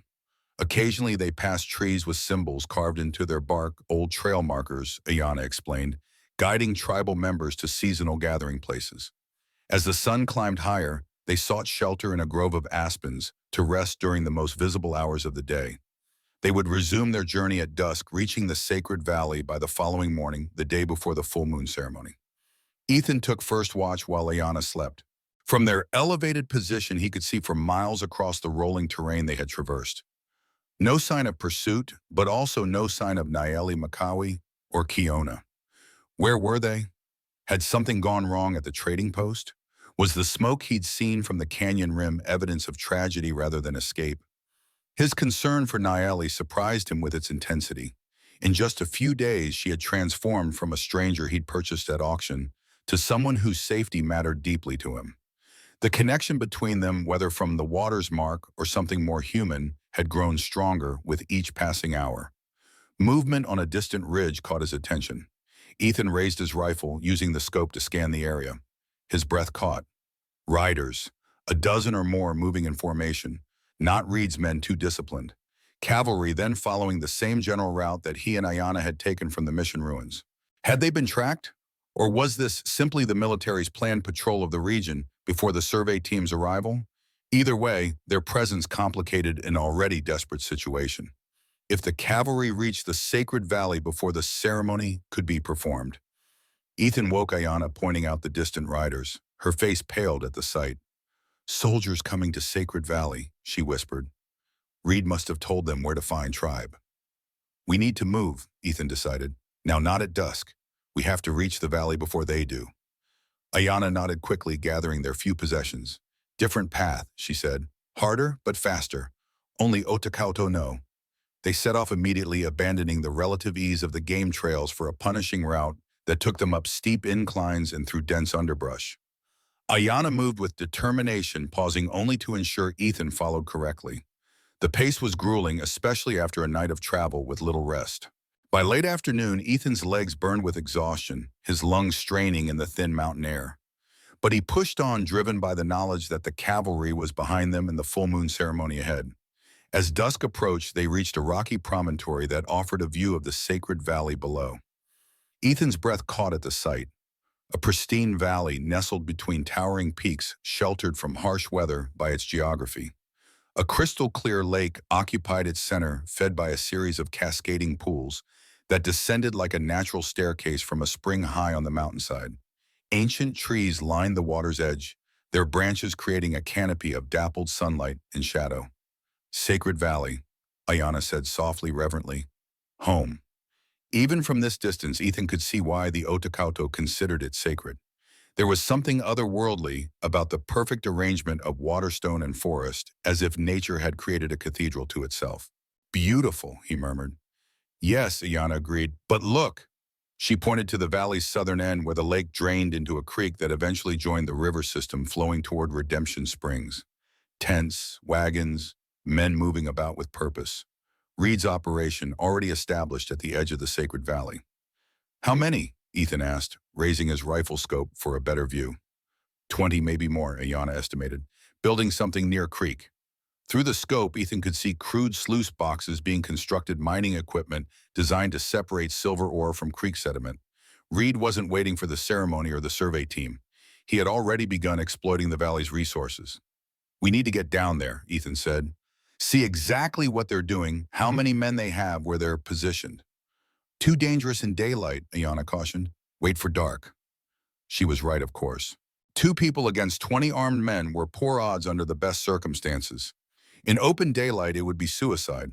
They retreated to a sheltered overhang to wait for nightfall, watching as Reed's operation continued below. More concerning was the dust cloud visible to the southeast, the cavalry steadily approaching. "Tomorrow night is full moon. Ayana said, her voice tight with worry. "Ceremony must happen at exact moment moon highest. If Reed men control valley, if soldiers come, we'll find a way," Ethan promised, though he had no idea how they could overcome such odds. As darkness fell, they made their way down into the valley, using the forest cover to approach Reed's camp undetected. The operation was larger than it had appeared from above, not just mining equipment, but a small settlement. Canvas tents for the workers, a larger one that must be Reed's quarters wagons, loaded with supplies, and a corral for horses. Armed guards patrolled the perimeter, but their attention was focused outward, watching for approach from the main trails. They weren't expecting anyone to be already inside their security cordon.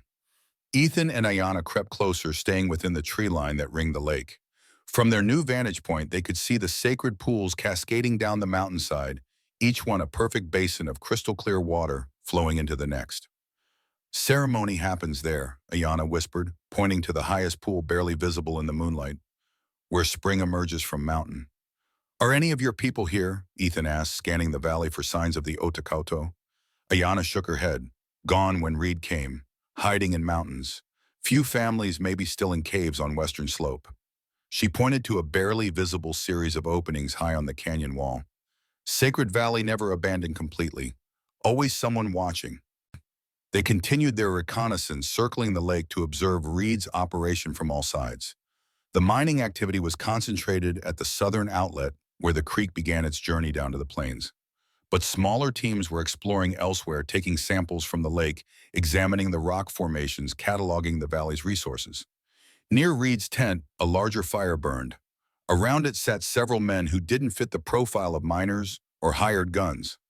Better dressed, more educated, in bearing the survey team Ethan guessed already arrived and being entertained by their host.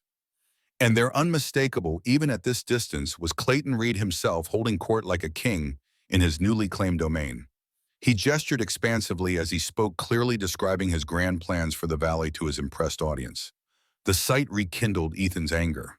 This man who used law as a weapon, who imprisoned and tortured innocent people, who corrupted government officials to serve his ambition, he stood on the brink of success unless they could stop him. But how 2 against 20 with cavalry approaching and no sign of Nayeli Makawi or Kiona? "We need help," Ethan muttered. Ayana touched his arm, then pointed to the western canyon wall. "Others watch, need signal." "What kind of signal?" Instead of answering, she reached into her pouch and withdrew a small clay object, similar to the fire starter Nayeli had mentioned, but with different markings. "Old way," Ayana explained. "When tribe scattered needs to gather quickly." She led Ethan to a specific location near the base of the western cliff, where an ancient fire pit lay concealed beneath overgrowth. With practiced movements, she cleared the pit, arranged kindling in a precise pattern, and placed the clay object at its center. "When lit burns special way," she explained. "Makes smoke that speaks to those who know how to listen." "Won't Reed's men see it?" "Yes, but too late. Message already sent." Before Ethan could question further, Ayana struck flint to steel. The spark caught the clay object, which began to burn with an unusual flame, deep blue at its core, shifting to purple at its edges. Thick white smoke rose in a perfectly straight column, despite the light breeze that stirred the trees. The effect was immediate and startling. From the caves on the western cliff, tiny lights appeared, first one, then three, then dozens. Not fires, but reflected moonlight on polished surfaces, signaling in response. "The tribe," Ethan realized. "They're still here." "Never left," Ayana corrected. "Just hidden, waiting." From Reed's camp, shouts of alarm rose as the guards spotted the smoke column. Men scrambled for weapons, several running toward their position. "Time to go," Ethan urged, pulling Ayana away from the fire pit. They retreated into the forest as Reed's men approached, finding concealment in a dense thicket of young pines. Through the branches they watched as the guards reached the fire pit, staring in confusion at the blue-purple flames that continued to burn despite their efforts to extinguish them. More concerning were the orders being shouted back at the main camp, Reed mobilizing his entire force, sending men to search the valley's perimeter. Their presence had been discovered, their advantage of surprise lost. "What now?" Ethan whispered. Ayana's eyes reflected the strange light of the distant signal fire. "Now we wait. Tribe comes. Other signal also sent. A Nahu. To all who protect sacred waters." Her hand moved to her own wrist, where the mark of the water lay beneath her leather bracelet. "To all who bear the sign." As if in answer, a haunting call echoed across the valley, 3 short notes followed by one long. The call of a hawk or a very good human imitation. Ayana's face lit with joy. "Nayeli," she breathed. "Sister comes." The hawk call echoed across the sacred valley again, answered almost immediately by Ayana with the same distinctive pattern. Ethan and Ayana remained hidden in the thicket as Reed's men scrambled to locate the source of these mysterious signals. Through gaps in the branches, Ethan watched Reed emerge from his tent, barking orders at his subordinates. Even at this distance, Reed's fury was evident in his rigid posture and sharp gestures. The mining camp transformed into an armed camp as men abandoned their tools for weapons. "We need to move," Ethan whispered. "Find your sister before Reed's men do." Ayana nodded, leading him deeper into the forest that ringed the valley. They moved with painstaking care, freezing at the slightest sound of pursuit. Reed had deployed men in teams of two, methodically searching the perimeter. The hawk call sounded a third time closer now from the northern edge of the valley. Ayana adjusted their course, guiding them toward the sound while avoiding the search parties. They reached a small clearing, dominated by a massive cottonwood tree, its branches spreading like protective arms over the sacred ground. Ayana stopped, her head tilted, as if listening to something beyond Ethan's perception. "Here," she said simply. No sooner had she spoken than shadows detached from the darkness beyond the clearing. Three figures approached, two supporting a third between them. "Naeli," Ethan breathed, recognizing her silhouette. She moved forward into a shaft of moonlight, and Ethan's relief turned to concern. Her dress was torn and blood-stained, her face smudged with dirt and what looked like soot.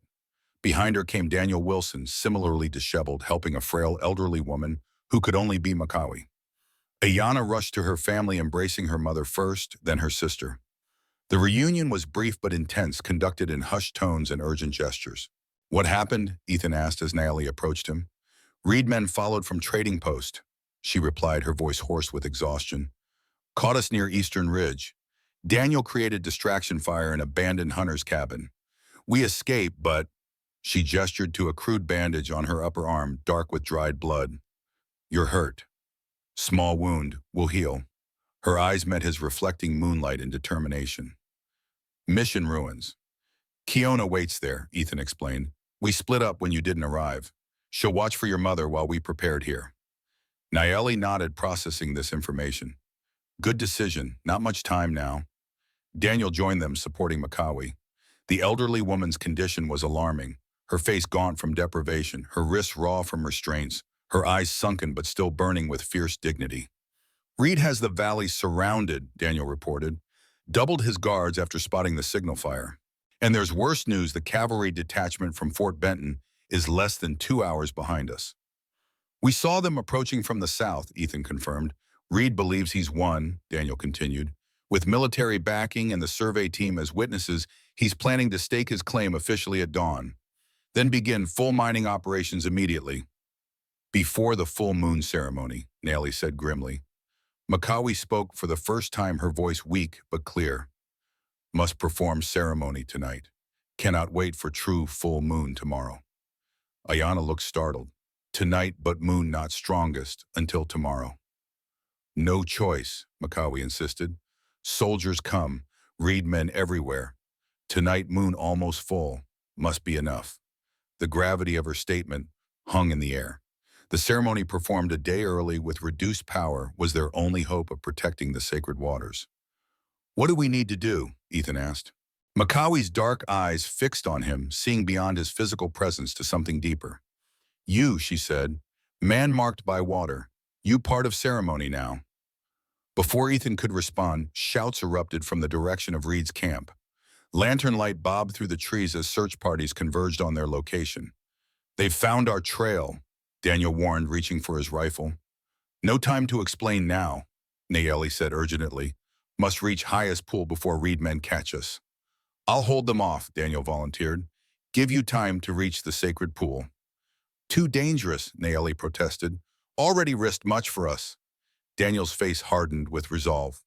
"Your wife was Otakauto," he reminded her. "My children would have been Otakauto if they had lived. This is my fight too." After a moment's hesitation, Naeli clasped his forearm in the tribal gesture of respect. "Fight well, brother." "Go," Daniel urged, positioning himself behind a fallen log with a clear view of their back trail. "I'll find you when it's done." They left him there, a solitary sentry against Reed's approaching forces. Naeli and Ayana supported Makawi between them as they ascended the steep path toward the highest sacred pool, with Ethan bringing up the rear rifle ready. The path grew increasingly difficult, narrow, slippery with spray from the cascading waters, bordered by sharp rocks and dense vegetation. In daylight, it would have been challenging. In darkness, with pursuit close behind, It seemed nearly impossible, especially for the weakened Makawi.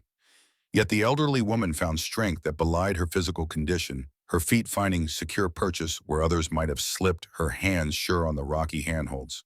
This was her sacred place, Ethan realized, her spiritual home. The land itself seemed to support her passage. Behind them, rifle fire shattered the night's stillness, Daniel engaging the search parties. The sharp cracks echoed across the valley, followed by shouts and more gunfire. "Hurry," Nellie urged as they climbed higher. They reached a plateau halfway up the cascade system where the path temporarily leveled before the final ascent to the highest pool. Here, Makawi paused, gesturing for them to gather close. "Listen now," she said, her voice gaining strength despite her physical weakness. "Ceremony needs 4 directions, 4 elements, 4 guardians." She pointed to herself, Nayeli, Ayana, and finally Ethan. Earth, air, fire, water. Northeast, southwest. Mother, daughter, sister, stranger. "What must I do?" Ethan asked, aware that their lives, perhaps the future of the entire Otakauto tribe, depended on his role in this ancient ritual. "Stand in west position. Represent water." Makawi touched the scar on his arm. "When time comes, drink from sacred pool. Let water recognize its mark." More gunfire from below, closer now. Daniel was losing ground against superior numbers. "No more time," Makawi decided. "Final climb now." The last section of the path was the steepest, requiring them to scale an almost vertical rock face slick with constant spray. Handholds and footholds had been carved into the stone generations ago, but were worn smooth by time and water. Nayeli went first, then helped her mother up. Ayana followed with Ethan, bringing up the rear. As he cleared the top, the highest sacred pool spread before him, a perfect circle of crystalline water, perhaps 30 feet across its surface. Mirror smooth despite the water flowing into it from a crack in the mountain face and out through a natural channel that began the cascade system. Stone markers ringed the pool, positioned at the cardinal points northeast, southwest. Each marker bore ancient symbols carved into its surface, partially obscured by moss and lichen, but still legible to those who knew their meaning. Makawi moved to the northern marker, her bearing suddenly regaled despite her physical condition. She spoke in the Otakauto language, commanding and sonorous. Nayeli translated in hushed tones for Ethan. "Mother says you must remove boots. All must touch sacred ground with bare feet. Stand at western marker. When she begins song, follow movements exactly." Ethan removed his boots, feeling the cool, damp stone beneath his feet. The sensation was immediate and startling, a vibration subtle but unmistakable, pulsing through the rock into his body. The same vibration he had felt in the cave when Ayana examined his scar, the water's voice calling to its own. He took his position at the western marker as Nayeli and Ayana moved to their respective positions, Nayeli at the eastern marker, Ayana at the southern. Makawi at the northern point began to sing. The melody was unlike anything Ethan had heard before, ancient, primal, resonating with the stone beneath his feet and the water before him. It seemed to bypass his ears, entirely vibrating directly in his chest and skull. Makawi raised her arms toward the nearly full moon overhead, her voice rising and falling in patterns that felt both random and precisely ordered. Nayeli and Ayana joined the song, their voices weaving around their mothers in complex harmony. After a moment's hesitation, Ethan found himself singing too. Not consciously, not words he understood, but sounds that rose unbidden from some deep place within him. The mark on his arm burned not painfully, but with intense energy, as if something long dormant had awakened. The surface of the sacred pool began to shimmer, not with reflected moonlight, but with an inner luminescence that pulsed in rhythm with their song. Blue-white light spread through the water, growing stronger with each passing moment. Below, the gunfire had stopped. Whether Daniel had prevailed or been captured, Ethan couldn't know. But new sounds rose from the direction of Reed's camp, shouts of alarm orders being given, men rushing up the path toward the sacred pools. Makawi's singing grew more urgent. She gestured for them to approach the pool's edge, then knelt and dipped her cupped hands into the glowing water. She drank deeply, then gestured for Ayana to do the same. As Ayana drank, the glow intensified, spreading from the pool up her arms in delicate patterns like frost on a window. The same phenomenon occurred as Nayeli drank. Then it was Ethan's turn. He knelt at the pool's edge, the stone cool beneath his knees. The water glowed with unearthly blue-white light, swirling with patterns that seemed almost sentient. As he dipped his hands into it, a jolt of energy shot up his arms, making him gasp. The water was cold, yet warming, simple, yet complex, familiar, yet utterly alien. It felt like drinking liquid starlight, like swallowing the essence of the mountain itself. As the sacred water passed his lips, Ethan's consciousness expanded. The boundaries between himself and the world around him blurred. He could feel the ancient stone beneath the pool, the silver veins running through it, the roots of trees gripping the mountainside, the animals in the forest below, the approaching men with their guns and greed. Most intensely, he felt the presence of the three women sharing the ceremony with him. Makawi's fierce wisdom, Ayana's quiet strength, Nayeli's resolute courage. Their minds touched his not in words, but in pure understanding. And beneath it all, the water itself, ancient, patient, powerful beyond human comprehension. It had chosen him 5 years ago, marking him as its own. Now it claimed him, fully binding him to its purpose, to the land, to the Otakauto who had protected it for generations. The glow spread from the water, throughout Ethan's body, concentrating at the scar on his arm. The jagged mark smoothed, reshaped itself into a pattern, matching those on the wrists of the Otakauto women, the true mark of the water, no longer hidden, but proclaimed. Makawi's song reached its crescendo as the four of them stood, hands joined around the sacred pool. The blue-white light surged upward, forming a dome of pure energy that enclosed them in the water. Beyond the dome, the first of Reed's men reached the plateau below the highest pool. Clayton Reed himself led them, his face contorted with rage and determination as he saw the glowing phenomenon above. "Stop them!" he shouted, raising his revolver and firing at the light dome. The bullet struck the energy field and disintegrated into sparks that scattered harmlessly. Reed fired again with the same result, his expression shifting from rage to disbelief. Within the protective dome, the ceremony continued. Makawi directed them through movements that felt both foreign and strangely familiar to Ethan, as if his body remembered rituals his mind had never learned. The light from the pool intensified until it was almost blinding, yet somehow still visible to their adapted eyes. It pulsed outward in waves that rippled through the dome and beyond, washing over the surrounding landscape.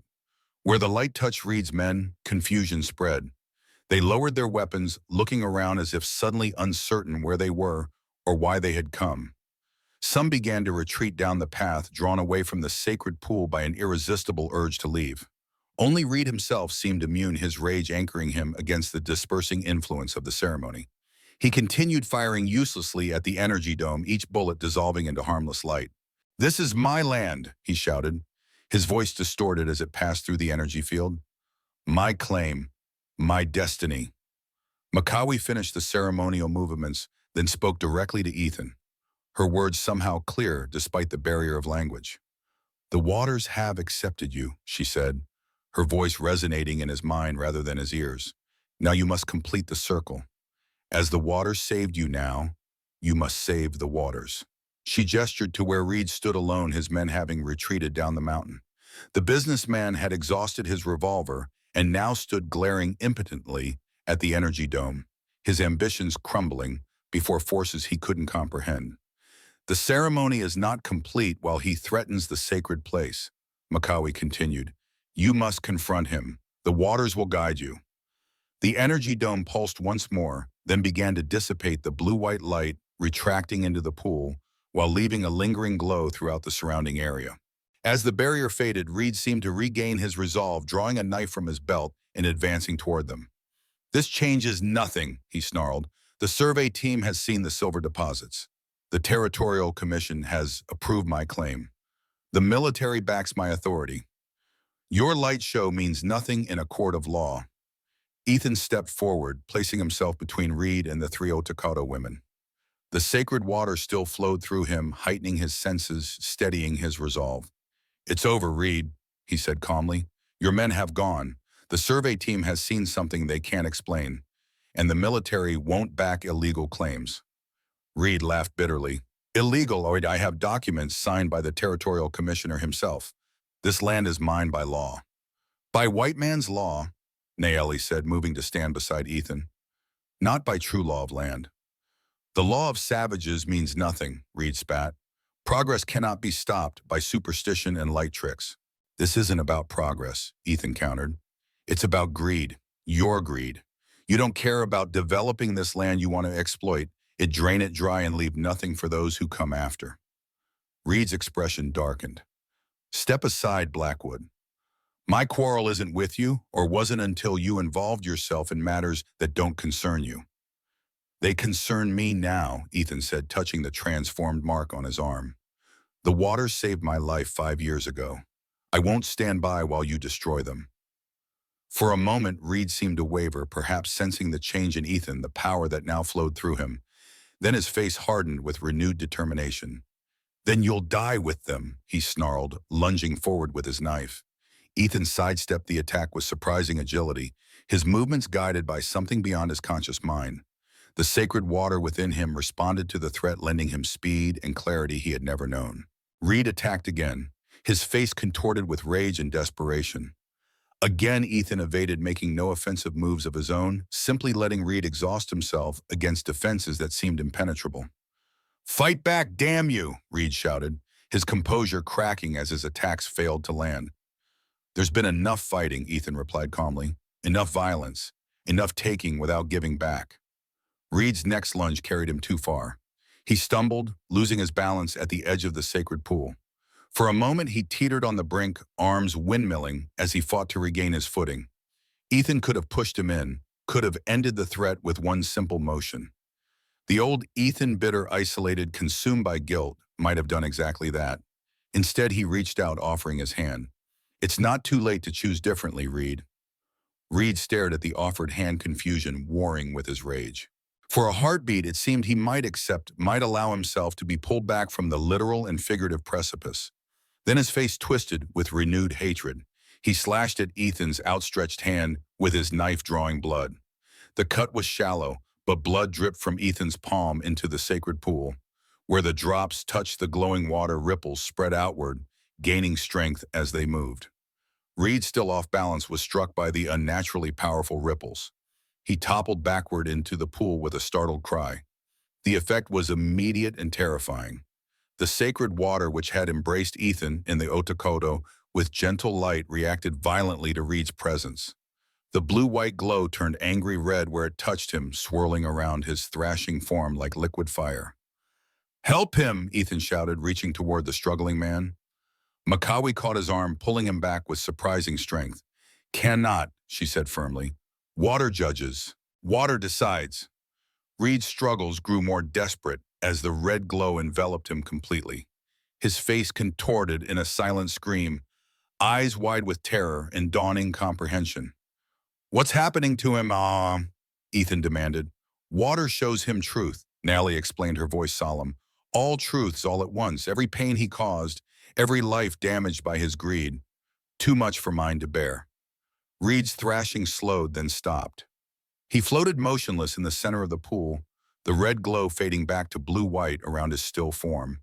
For a long, terrible moment, no one moved.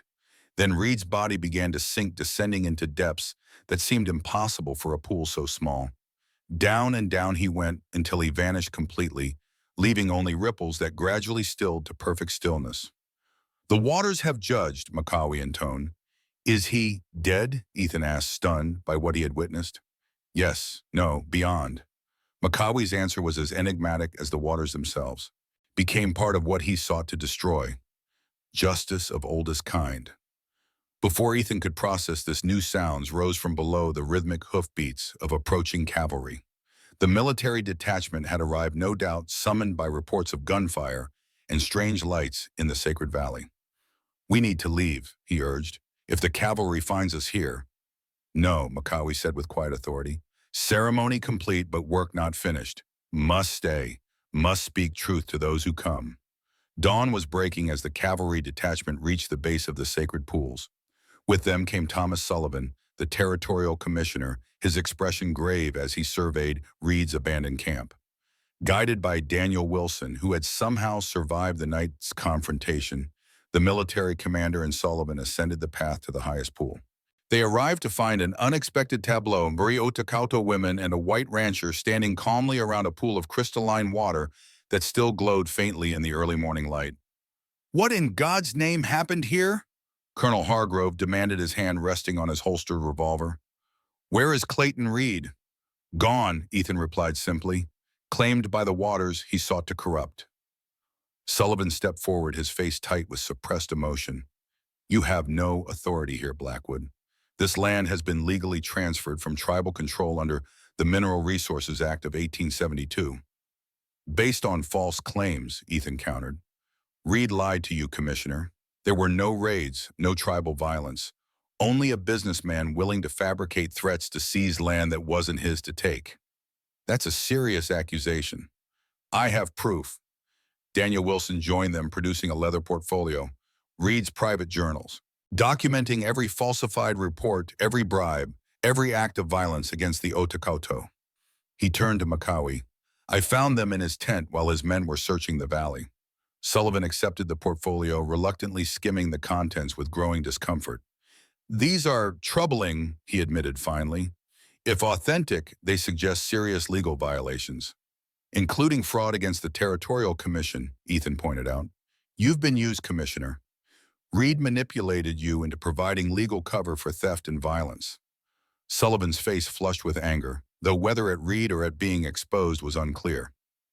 Colonel, he addressed the military commander, I believe we should suspend operations pending a full investigation. Hargrove nodded, clearly relieved to have an excuse to avoid violence. My men will establish a perimeter. No mining activities will proceed until this matter is resolved. As the colonel descended to relay orders to his men, Sullivan lingered, studying the sacred pool with evident unease. Where is Reed? He asked again. What really happened here? Justice Makawi said, speaking directly to him for the first time. Water's justice, older than your laws, truer than your papers. Sullivan opened his mouth as if to argue, then closed it again, perhaps sensing the futility of debating with forces beyond his comprehension. There will be an investigation, he said finally. I cannot promise what the outcome will be. Truth will speak, Makawi replied confidently. Land remembers. Water knows. After Sullivan departed, an unexpected calm settled over the sacred pool. The cavalry established their perimeter far below, leaving the highest point of the cascade undisturbed. Reed's men, those who hadn't fled during the night, were detained for questioning. Ethan, Naeli, Ayana, and Makawi remained by the sacred waters, joined by Daniel, and later that day by Kiona, who arrived from the mission ruins with news that more Otakauto were gathering, drawn by the power of the completed ceremony. As sunset approached, Ethan found himself alone with Naeli at the edge of the sacred pool. The events of the past days seemed almost dreamlike in retrospect. The auction, the rescue, the desperate race to perform the ceremony before Reed could corrupt the waters. What happens now? He asked, watching as the setting sun turned the pool's surface to molten gold. Many things, Naeli replied. Sullivan sends for judge. Investigation begins. Truth comes out. And Reed, gone to place between worlds, where all waters meet. She touched the surface of the pool gently. Part of sacred spring now, forever. Ethan considered this. It wasn't justice as he had been taught to understand it, courts, trials, legal punishments. But there was a rightness to it that he couldn't deny. Reed had sought to possess the waters, to own them, to exploit them.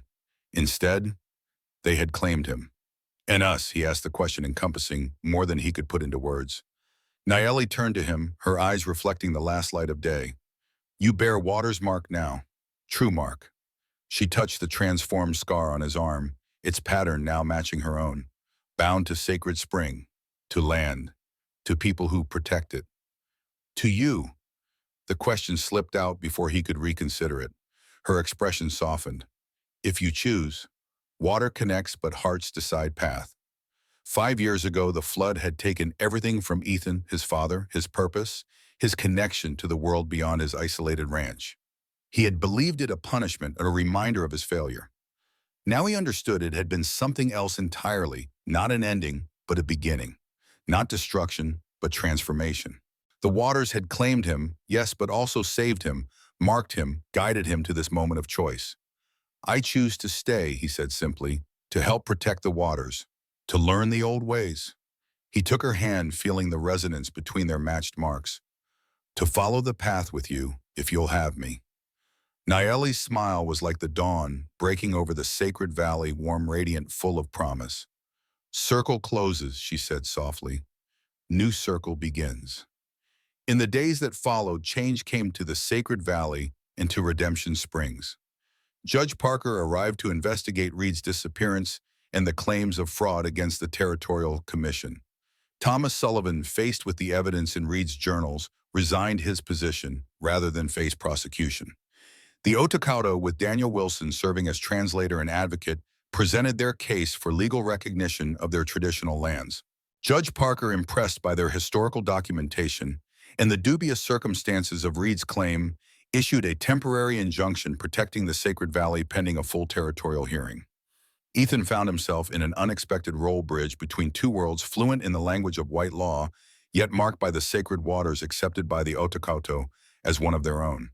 He testified before the Territorial Commission, helped draft the legal documents supporting the tribe's claim, and began learning the ancient ways of water guardianship from Makawi.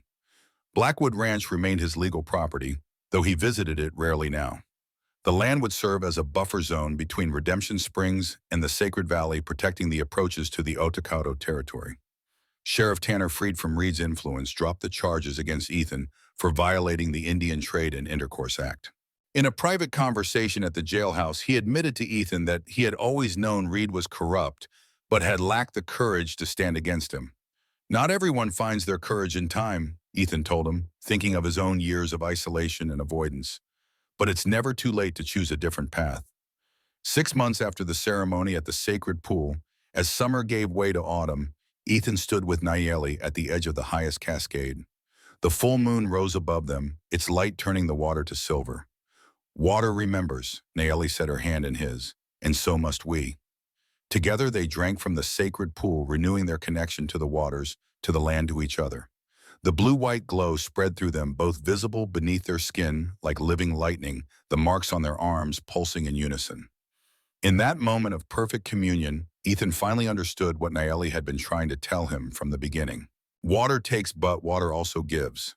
Life ends, but life also begins anew. The circle always closes, and in closing opens again. His father was gone, claimed by the flood that had spared Ethan. Reed was gone, claimed by the sacred pool he had sought to possess. But the waters flowed on, and with them, the endless possibility of renewal. Ethan Blackwood had come to the Sacred Valley a broken man, haunted by failure, isolated by guilt. He remained as its guardian, healed by the waters, connected to a people and a purpose larger than himself. And beside him stood Nayeli, daughter of the waterkeeper of ancient wisdom, now his partner in protecting the sacred spring that had brought them together across the divides of culture and experience. In the flowing of the waters, they sang together in the Otokoto language, "All paths meet, all circles close, all life returns to its source." Above them, the full moon blessed their union. Below them, the sacred waters carried their song down the cascade, out through the valley, into the creek that would join the river, that would eventually reach the distant sea. And somewhere in that endless cycle of water's journey, perhaps Clayton Reed's spirit found peace, at last reconciled to the truth that some things cannot be owned, only protected and revered. For the waters of the earth belong to no one and to everyone. A truth as ancient as the mountains and as enduring as the ceaseless flow that sustains all life, connects all souls, and heals all wounds in its eternal passage through the world.